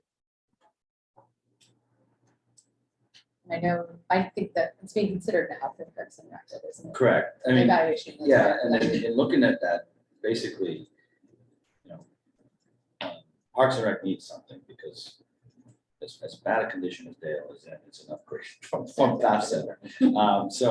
That building, you know, in my mind should be torn down tomorrow, but, you know, that's just one person's opinion. So it would provide them with all the space that they would need and to do more programs, which generate more revenue. And it would give them a little bit of time to solve their needs in the short term, with the long-term vision of potentially doing, you know, a full renovation of that building to make sure that it does, you know, stay as an asset. But give us the time away from this big ask and, you know, some of the other debt to roll off the books, and a more appropriate timing to invest in the next project for them, if, you know, that's what the town decides. And they Yeah. currently use that all summer with the summer camp, so we open that all up to them, and they use the gymnasium, lunchroom, all that area, so it rains, they're all in there during the day. But they use that space, so Kevin and I had, and we came to that agreement a few years ago, and he was really expanding. And he came to me and said, I can expand camp, but I need more space.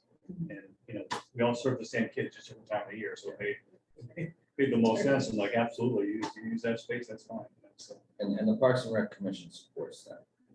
They recognize that would be a good option. Well, that's another. And, you know, we have to, As you will. to sort of Yes. balance these different needs in town. You know, I've heard some, you know, there's sort of this debate about what's the right site selection. The people who want Wheelock argue that, you know, have uses for Dale, right? And people who want Dale argue that we don't add another building to our inventory, right? But this Park and Rec need is still there if we use Dale, right? In other words, there's still a need to put Park and Rec somewhere. Or Right now, or in they our want capital to, yeah. plan, that's $15 million. Correct. I just want to make sure I was thinking. Yeah, no, I mean, I know oftentimes the argument is, well, because we're moving it, that's a problem, and we're tying ourselves instantly to both projects, which I don't agree with. But even if you do, like, the problem doesn't go away, the project doesn't go away if we had decided to keep the school site. Yeah. We would still need to address the Parks and Rec problem. So if you're gonna lump that in together and look at both projects, you gotta do it with both scenarios. Not to go too far down this road, but there's been other comments that have said that perhaps Park and Rec and the schools could share a building. Coexist, no, it's Would you mind just talking about, Is part of a new building? yes, in the or, same building. yes, or would be in the same building. So let's just say, let's say the school is at Dale instead of at Wheelock. If the FAF had even more issues and they needed an immediate building, there has been some suggestion out there anyway that they could share. But I know from other conversations that Park and Rec does a lot of stuff during the day at the same time the kids are at school. So I just wanted to know if you could speak to that, if you had conversations with MSBA would Kevin know. about that. So, well, the MSBA wouldn't participate. Yeah, they would- So you're basically looking at adding all their square footage to the school, right? So it's not the same price. All of a sudden, the price goes way up, and we're talking about tackling both projects at once. And from a security perspective, we then have to look at that, because now you're talking about people in the building with a school that has school kids, and security is hugely vital. People can't just be roaming around and going, I'm going to that classroom or that, or that court in the middle of the school day. If we're gonna spend that kind of money, we went to 3, 4, 5. Exactly. That would've been the That's best option. closing in on Yeah. $100 million. So, the idea that we can combine them for the same price is someone can prove that out to me. I'm shocked. I mean, it's similar to the argument of having kids, if we went at Dale and we needed modules, right? I mean, that, prove that would work either. Right. I had a question and then a different subject. Think about this dog walking situation, and I know that they have recently closed down the access road For the construction of the construction of the water treatment plant, which might go on for a year, maybe the next year. I think it's around a year. Yeah. So I'm wondering if, because they've done that, people can't bring their dogs down there and are using the field where the future building will go today. That's a very temporary thing. That's more a comment, I'm just saying. Yeah, Just so the realized- only reason it's been closed is because they're putting in a forced sewer main. Yeah. And once that's in, that'll be reopened, and then the site around the construction will be. The plan is to have that all open. Absolutely. If people want to walk the dogs. The access road will be reconfigured, but it'll still exist because we need to get DPW vehicles back to the treatment plant. Back to the treatment plant, and the wellheads. And then, but that's all school property, right? So then across the tracks is the Holmquist land. All of that will still be readily accessible and not being touched. And in terms of, it's still on the school property, but there's a whole bunch of trees along the railroad side, and there's some pathways in there that won't be touched. Okay. So, and we will be working closely, if this project proceeds, with the construction manager to try to maintain access as much as possible during different phases of the project, during construction. Okay. So the different subject I wanted to talk about was the topic of,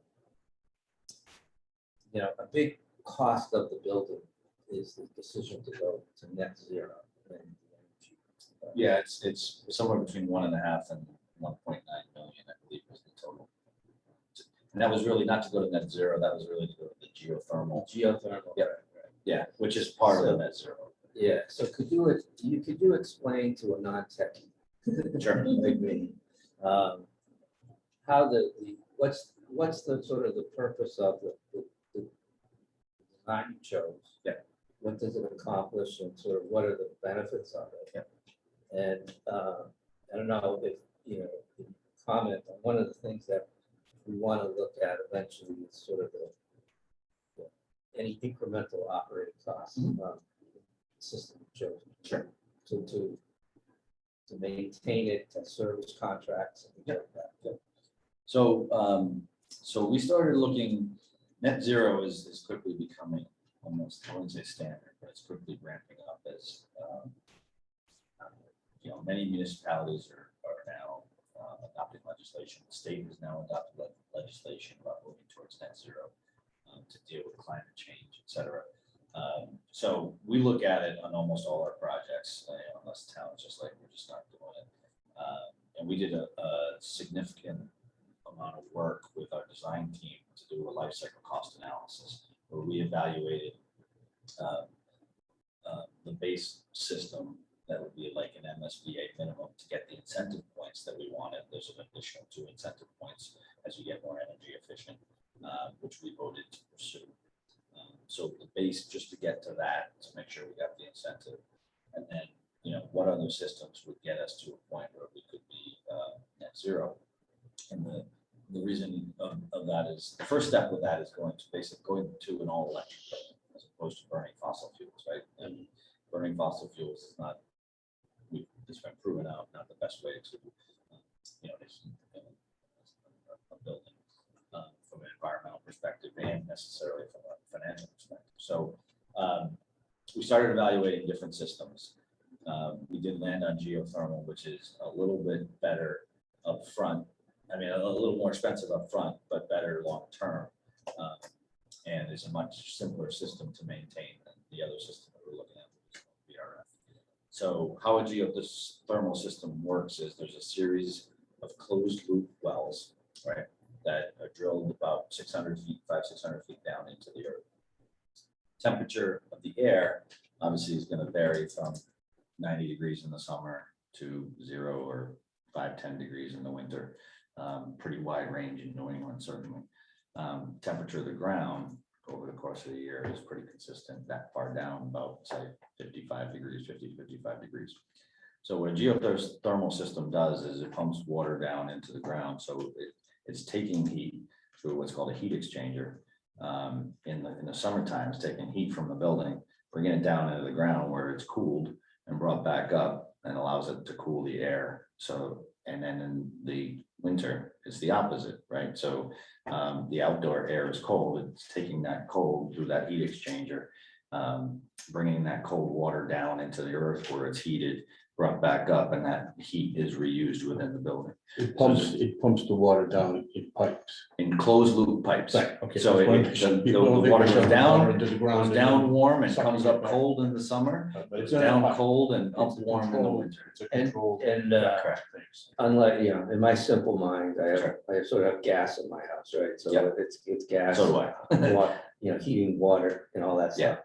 And so the way this works, it sounds like, is that the incremental energy to bring that water to the temperature it needs to be is less, because it's. The earth is doing the The work. earth is sort of doing that heating and cooling Yeah. of the water. It's dissipating heat in the summertime, and it's absorbing the cold and warming and bringing the heat up in the wintertime. Yeah.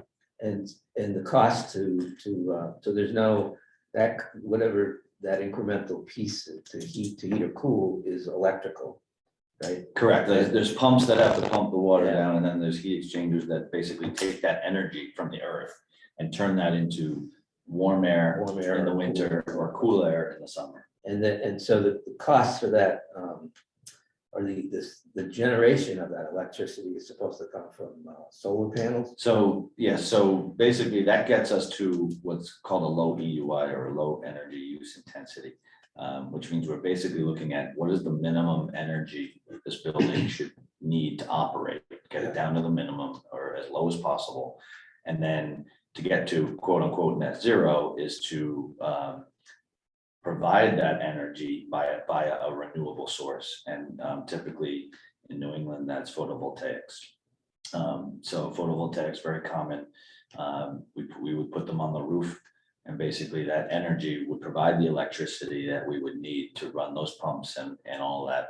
And if we're successful, and this is all designed properly, we're reaching a point where this building is producing at least enough energy to operate it without drawing energy from the grid. Okay. That's the goal, right? And That's so- the goal. And so I guess what I'm trying to figure out is I think you made a decision not to buy these solar panels, is that right? Correct. You're gonna lease. So far, yes, we So basically, you're taking a lease. our approach based on, feedback we've received and looking at it multiple ways is we feel the best way to procure these rather than adding them to the project, which would be $3 or $5 million. I forget what the actual number is. I can get it for you, but $3 to $5 million added to the cost of the project. We feel it's best to do it through what's called a PPA or a power purchase agreement, where we go to a provider and we say, we've got this project. They do everything in terms of providing the panels and they manage it. And they sell us back the electricity at a discounted rate to what we would have to buy that electricity from the grid for. So it's extremely discounted, but we end up paying them and getting much lower electricity costs. Okay, but there is a cost to that. From an but no upfront cost. The benefit of that is no upfront cost, but we pay an electric bill. Yeah. It's just much smaller. It's smaller than Right. than what you used to. Versus if we purchase everything ourselves, then we're spending a whole bunch of money up front, and we're seeing that benefit come back to us over, the lifespan of those panels. And those, Okay, and I think the other thing I heard was that one of the reasons you made that decision was that these photovoltaic, the solar panels, the technology is expected to change. So that if It's you changing bought it all the and then you'd time, have to yeah. replace it, you sort of. Yeah, I mean, that's gonna happen even with the provider, right? Yeah. Like, they're gonna put panels on the roof that'll last 15 years. Technology's gonna change drastically over 15 years. But that's their investment. Correct. Yeah, so And that's one of the reasons. that sounds like a smart idea. One of the reasons I prefer the PPA is like, there's a lot of issues with maintenance, right? If you have snow sitting on them or whatever, they're not producing energy. So we don't have the maintenance staff to be managing that kind of thing on a day-to-day basis. With a PPA, our interests are aligned. Their interests are to sell us as much energy as possible, and our interest is to buy it at the lowest cost possible. So it's their interest to make sure that the system is running well so they can sell us electricity. So that kind of alignment of goals there is really why that makes the most sense to me. and there were several articles in the last town meeting which authorized the board of selectmen to work on Yeah, PPA. that's- So it's it's a the total preferred town. town issues, not just Yeah, the yeah. school building. It's in the whole- Yeah, but then they complain about the cost. of these. No, So it's- I mean, And I'm there's- just saying it's consistent with the town's approach, right? Right, I There's a agree. benefit to, so you don't need to do it for just the school. We could look at all sites across the town and say, these are candidates for photovoltaic arrays. And then if you can, the more you can lump in together, the better a deal you're gonna get. Yeah. If you're doing 10,000 square feet of photovoltaics, Yeah. on, a small project versus 70, 80,000 square feet, you're gonna get a better deal the more you can tie together. So my last question is, where, you talked about these wells, 600 feet deep, where would they be? Are they, you have to maintain them, and how long do they last, and sort of, just curious. So the wells themselves have no moving parts. So generally when things break, it's because they have moving parts. There are pumps, right, that pump the water down, but the pumps are within the building. So the wells themselves will hold up for decades, and quite honestly, because they're buried, they'll hold up longer. Some of the other equipment we looked at goes on the roof, right? So it's exposed to the elements, so it has a much shorter lifespan, usually around 15 years or so, 20 years before it needs replacement, as opposed to a well that, theoretically could go for decades beyond that. So that's one of the reasons why geothermal works a lot better. Again, less moving parts. Where would they be located? Probably under the field and under the parking lot. It's really, I don't have it memorized, but I think that's the area where they would be. And we still have to determine how many we need. Okay. We have an estimate, but as we do further design and we would actually perform a test run. We would drill a well and get performance characteristics to see what the temperature is and how that does over a short period of time. So that then they could say, hey, we need 5 less wells. They tend to be conservative, and then we start to dial it back. For instance, on my Ashland project, we started with 50 wells. We're down below 35 right now. How Once big we are, got how there. big are They're not big. They're only they? Really that big, but Just they enough to have get a a pipe down. they have a radius. Like if you get them too close, obviously, then you're not getting all the earth, right? So they need about 20, 25 foot radius around them. Okay.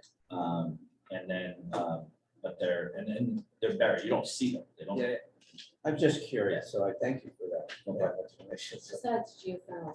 So. Do you guys have any, Newton or do you? What about, I was gonna say, yeah, Newton or Ed or Amanda, do you we guys? got have- about our I know, fellow, our fellow committee members. Oh, yeah. I'll sit here, folks. Thank you very much. Okay. Ed, do Same you have any here. questions? Thank you for all the detail and all the time spent explaining this. It's been helpful.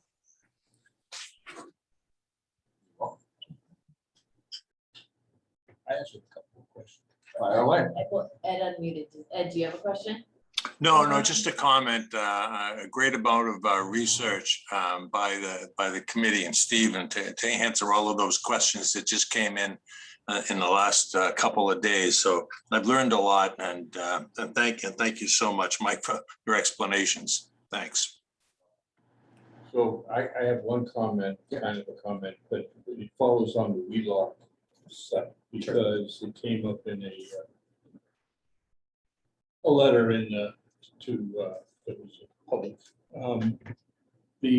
One of the comments that we've been talking to other people is that without making a judgment on the sites or the site itself, the fact that there's already a school there indicates that the magnitude of the changes would not be as significant. It's not, and because there was a letter today that was sent to the editor talking about the inevitable end of the Elm Street corridor as a tangible link to Medfield's history, because it has to be widened, straightened, that a proper bridge needed to be built. So, We're not proposing any of that. right. So there's no, and the other piece I was going to say about in the design of the Wheelock site, the access to the school, the bus access, and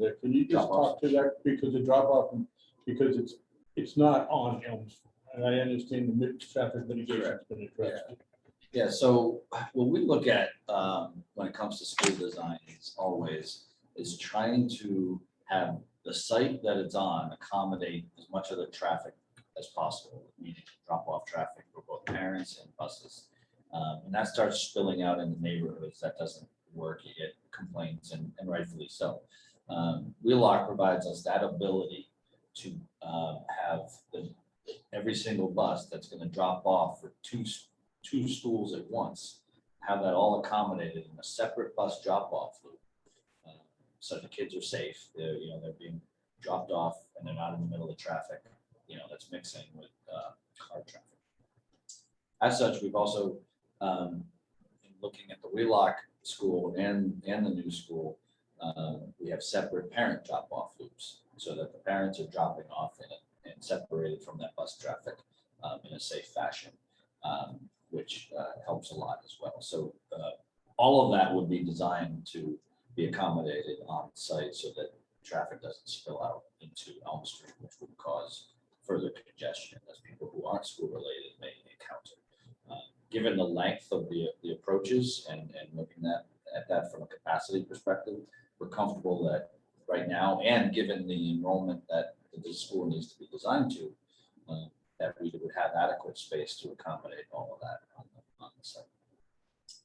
Because that's vital. That's something that we couldn't do it there. It's going to be a huge improvement in that area. So, Traffic flow, and traffic in that patterns. context, so people talked about it, we raised a couple of questions about, taking away open space. Okay. One of the questions that came up from 2 weeks ago, or a week ago, was to maintain open space, why not connect the two schools? Well, to physically connect them? We locked, yeah, so That's not something we looked at, but, so I don't know that I have an answer for that. You know, I mean, I would ask Jeff what that would mean operationally. So I would say that in my former district, before I got there, they had built a new school, and at that time, there would be no MSBA reimbursement, or I should say the regulations around that would be that the entire school that's connected to would have to be brought up to code of the modern day code. So it was just something that they just couldn't afford, because you'd have to do all the modern day codes to that older building. And I'm sure that's still the same. yeah, Still haven't changed that. helpful. But and then what I was thinking, this is just a question, I don't know, but when you talk about open space, you have the design of the school has that the walking class. Outdoor class. It has the, so there is outdoor space. Yeah. Is that accessible to people in the town? when Outside. school's not- Outside the school day, yes. Absolutely. So when you talk, because I know people down to, they walk to high school tracks. Yep. But, so the outside classroom would be something that people could walk and it'd be. Sure. So. And the playground equipment and all of that, just like it is today, absolutely. So, I mean, to answer go back on your question about connecting, I don't see how that decreases the amount of space that we'd be building. That's just about, It's a question. And- but in terms of, we're building a new school, we're gonna take up open space regardless of where it is. And even if we did an ad reno, we'd still be taking up open space. Like, there's some consumption of open space that's gonna occur. In my mind, because I did the calculation, it's less than 0.2% of our open space that we would be taking up with this project. So we have well over 3,000 acres of open space in Medfield, far exceeding anyone even nearby, more than double our surrounding neighbors. And we're talking about taking up a couple of acres total of open space to build a school and some parking lots. And to me, for the benefit of a public school that benefits everybody in town, that's a small sacrifice in my mind. I know that people may disagree with me. And that's a judgment. Yeah. But so the last piece I was gonna say, just to reward the time he spent, because he did address this issue and it's critical to this whole discussion. At the public session that we had earlier, Tim did address the no-vote. Yeah. And I think it's important for us to have at least have the beginning of a conversation of What happens? if the vote doesn't vote, if the vote is a no, what's the consequence? Tim, do you want to rehash that or do you want me to? Well, we can do it together, I think, right? Sure. I mean, basically the way the MSBA program works is once this project is approved at the MSBA board, which is, it's being submitted, I think, when's it being submitted, Mike? Next week, I believe. Next week. Once it's approved at the board, that's the project they're supporting. And so the town's going to vote on that project. It's not going to be a either or choice of Dale versus Wheelock. It's going to be a new school or you go back into the MSBA program. Now, the MSBA doesn't like to be, doesn't like people speaking on their behalf, anybody on either sort of the committee or other people. So I'm not going to try to, surmise what they would say, but the regulations are that if once it passes the board vote for the project scope and budget agreement, if it doesn't pass the town vote, the town has 120 days to propose a plan to revote the same project. Or it can propose a new project and go through the step, a statement of interest and begin the process again. And then, we were one of, I think we were one of like maybe 15% of the applicants that got submitted when we were approved. So we 2016, by the way. Pardon? It 2016. was 2016, so we're. After a couple of 4 or 5 years applications. into this. So, we would be going back in and presumably, maybe we would have some new group would have some head start on this and they could try to do a new project somewhere, somewhere else, whether it's Dale or somewhere else. But you're looking at a project that's going to be at least 2 years delayed, and likely because of the cost of construction, which right now is, as I think everyone knows, is very volatile, a lot more expensive project. So I do think it's important to people to realize you're either going to vote in favor of a new school that we've been working on for, really, it's been in the town's long-term plan since I was involved in building the high school and middle school in the early 2000s. So it's been 20 plus years we've looked at a new Dale Street school to replace that school.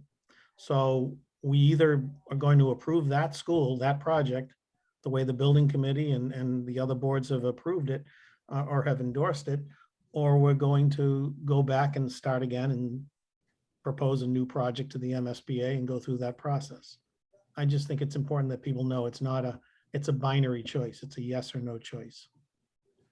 And so, and just as a frame of reference, because that same choice is kind of how I ended up getting involved with the building committees here in town.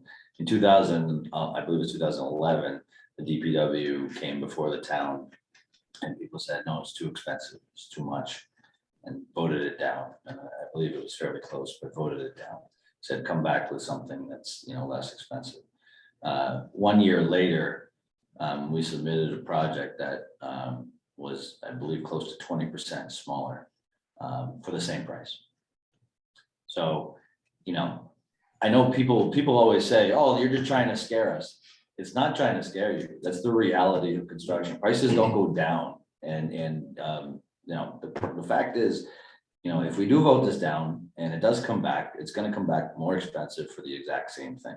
And I'm not trying to scare anybody. That's just the reality of construction. Even in 08, when things were really bad in construction, prices didn't go down. They flattened out for a while, but they never went down. The idea that in the future we could design a project that's going to have a smaller price tag, or even approach Gus's $50 million number. That's just, I don't see that happening in my mind. That's just the way that construction in New England is. Yeah. No, I appreciate that, and it's not, to your point, it's not trying to scare anybody, No, but it's reality. experience, Yeah. and Tim and yourselves experience in the industry now, and Tim's experience with the town. So just my last follow-up, I promise, is It's 9:02. when, I know, when It's okay. this she gets, We started a little do bit not later. take Sharon past 9:15. And I understand that, but so with the town meeting, the petition to re-examine the school committee and the school building committee in public sessions considered, and I can't speak for the school committee, but. no, I can speak I'm for the asking school from the building. building committee, the school building committee. Yep, we held a special community forum where we outlined each of the items that were outlined in the petition. We went through each one. And we evaluated that based off of, it wasn't, none of what was in the petition was new information. It was all things that had factored into our decision in the fall. So we walked through all of the things that were brought up and why the benefits of the Wheelock site were not outweighed by any of the concerns that were raised. So, I know a lot of the opposition will say that we ignored them. I would disagree with that. I'd say we disagree with them. So we absolutely factored in all of that into our decision making. It's just we disagreed, and we felt that the educational benefits of the Wheelock site far outweighed some of the concerns that were raised. Some of the concerns we felt weren't justified. Like we've talked about, the water issues, and from our professional opinions and the advice that we're getting and our experience, like we don't see that as a reason to not put this project where it would serve this town the best over the course of many decades. The synergies of having a single site accommodate 4 grades, and the synergies from an educational perspective just far outweigh what we may have to do in terms of traffic mitigation. That's not ignoring that the traffic will increase. We're not ignoring that. We know that, but we feel we can mitigate that to a point where it's tolerable Traffic's always gonna be an issue, no matter where you go, but we think that we can put this in a position such that we can improve the traffic flow and be a major impact to the neighbors. When you guys were talking grade configuration, was it ever discussed on actually keeping more of this 4-grade campus center of town and doing younger kids out of there? Well, either way, we would have a 4-grade campus, right? Yeah. Right. But Yeah, but it's Get a- those educational benefits. the educational benefits of a pre-K to 1 and a 4 to 5 together don't flow, right? Because the I think what Jim was Moving suggesting is, actually, have you ever thought of moving the 2-3 into Dale and the forefront? Is Sure, that what you were it- saying? Take the youngest. Have to one, Wheelock. but you can't put the wheel on. Memorial's built for Yeah, that age. so it's yeah. size constraints. Right, and right. Obviously. But even the furniture and the way it's Exactly. designed is all for the younger kids. So. Yeah, exactly. You can't, we can't move 2nd and 3rd graders into Memorial as it's currently designed, because it's designed for pre-K, kindergarten, and very different. Yeah. Like size of Classic. toilets and things like that. Yes. I'm not even kidding you. No, yeah, so I know, I yeah, know, right. my own Totally kids daycare. Yeah. So you're just, I've you tried to weren't think back suggesting moving before. anybody into Dale, right? Is that what- Oh, I was saying you could achieve similar benefits, educationally. It's been raised perhaps, previously, is but- could you keep Dale in It's its still- current location and Redo move it, yeah. 2nd and 3rd over to Memorial, and move Memorial over to Dale, I mean Obviously, to there's a lot Wheelock. of change And, with that, but right, just from a but the physical buildings don't have the infrastructure to be able to make that kind of swap because of what's needed based on age groups. My last question, Yeah, we went to the 3, 4, 5 to spend that money. Yeah, sorry. 3, 4, 5. So, Yeah, yeah, oh, I see. So liked your- the so your 3, 4, 5 question idea, was- I didn't like the was price re- tag. was Nobody not- likes looking at not it. replace Dale, but just Yes. move the grades around. Yes, Got it. so you get the educational benefits of having Okay. the 4 grades closer together. look, you know, the tough, Medfield's always gonna face this issue, right? Like, I've been, you know, doing a lot of comparisons in preparation for this as well as other meetings I'm gonna have on other towns. You know, we're doing projects in Westwood and Walpole, which have like Route 1 and all sorts of commercial. So the impacts on like the average resident taxpayer, much smaller than what we face. But there's also a reason why I moved to Medfield, is because I don't want to live on Route 1 and deal with, you know, that kind of traffic and that kind of commercial. I love Medfield. It's got all the great open space and all this. It's a wonderful community and small commercial. But that's part of why I moved here. And that's why I'm happy to pay my taxes here. But that's just one opinion. But we're always going to face that, because inevitably when these big projects come along, the average resident is taking on much more burden than, say, a town that has more of a commercial tax base to be able to support it. That's It's one like of our the, budget every year. It's a double-edged sword. and that's one of the things that would be interesting to see is how does it change the capital planning? And projected building renovations and the next thing, because certainly without a commercial revenue, it's gonna slow that process down. Yeah, that's good.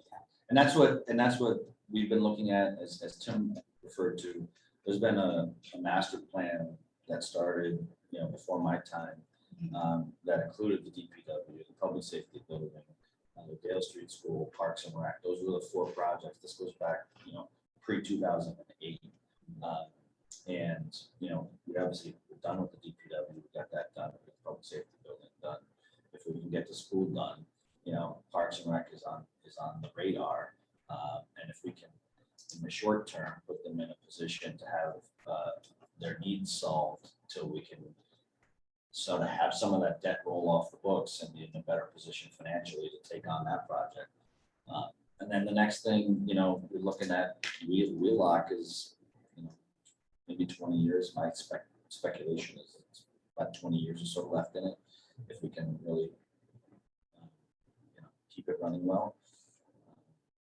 And that would be a sort of the next school project. So, but who knows, a lot can change between now and then. So but we're always looking, we're not just looking at this project in a vacuum. That's not the way we do it.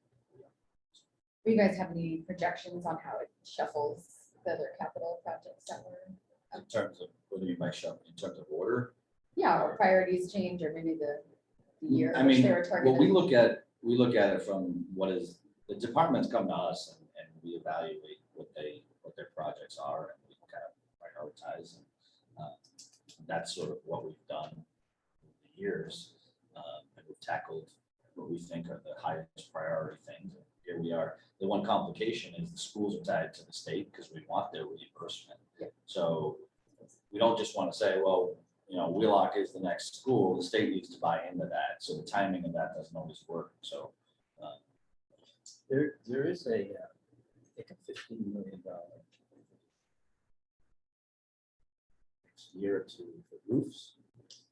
there is a School yep, roofs. yep. Yes. What happened? What is Jeff. that? What is that for? With roofs? So Blake would be the first one, I think. I mean, here's the other thing that we haven't talked about. If it doesn't pass, we've held off on a lot of expenditures for Dale because we're looking at a new school. But we're gonna probably have, I'm not gonna say a number because I'll be held for the rest of my life, but we have a substantial investment that's gonna happen in Dale to keep it going the next 2, 3, 4 years. We're, you know, delayed on a new project. So that's one capital of the, stabilization. that's one of the other issues that we're gonna have is that we have to put a new roof on Blake.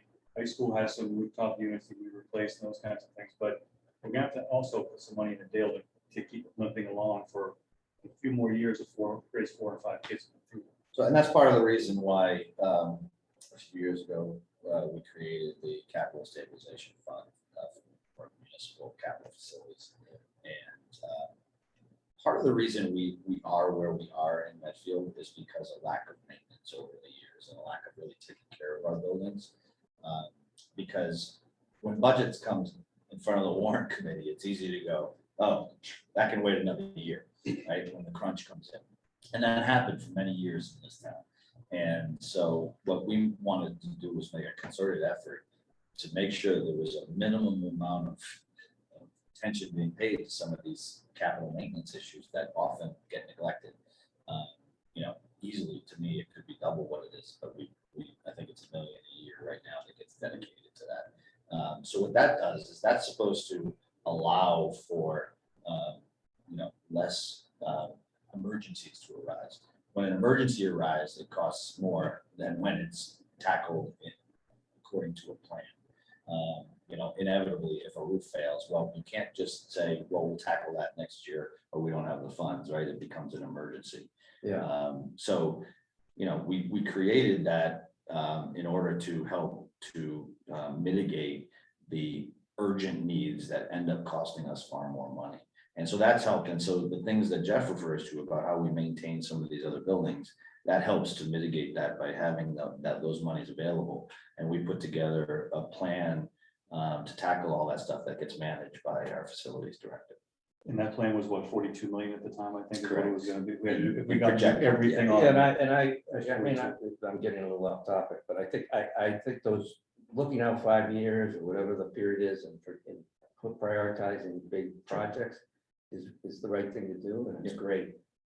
But my issue is it's sort of doing that in a silo without connecting it with the operating budget forecast for 3 to 5 years.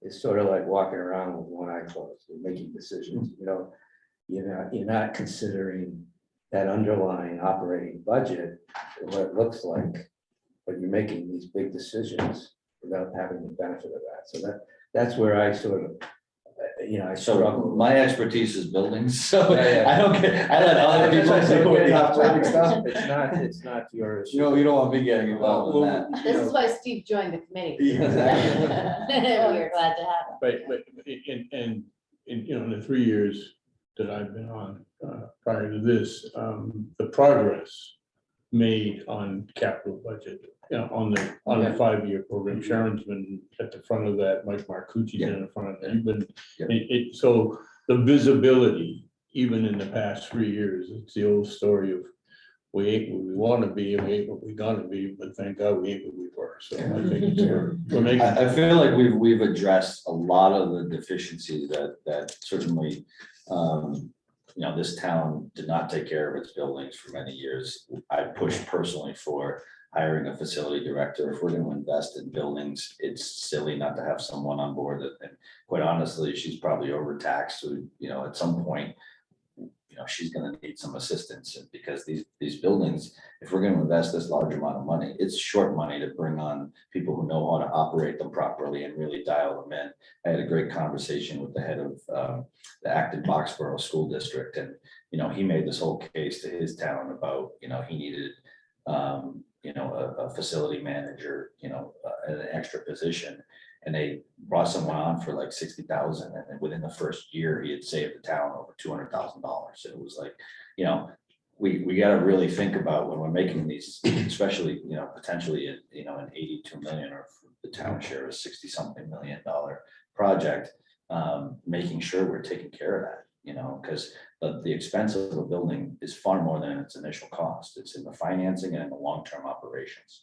So those are two key areas that people often forget. They look at the price tag and then they forget all the other things, but we don't, I think we get to the point where Mike's starting to make points for the next operating budget. It's time for us to stop it. In my on the head, I'm article. going, Nick was wanting to schedule the next capital budget meeting for the next 2 weeks, so that's already coming up, and, so all good. I think this has been great. Great conversation. Yeah, thank you. Thank you. Thank you for, It's well, 9:15. we'll be having more. Yes, we'll be having more, yes, and so, yeah, to that end, we do have the joint meeting with SBC and the selectmen at the end of September to kind of go through more numbers. Refresh my memory with 28. 28. Don't make any other plans because you're on. Don't make any plans past. That's right. I know, I- 9:30. It's just trying to keep, Keep it straight, huh? Thank you there's so very many much. people who have asked me And to yeah, come thank you. before a group or things like that to speak about the project, so. Yeah, so the 28th. Obviously, that's kind of, You're yeah, booked. that's booked. Yeah, I want to make You're sure booked. that that's booked. So, Motion adjourned. okay, Jill.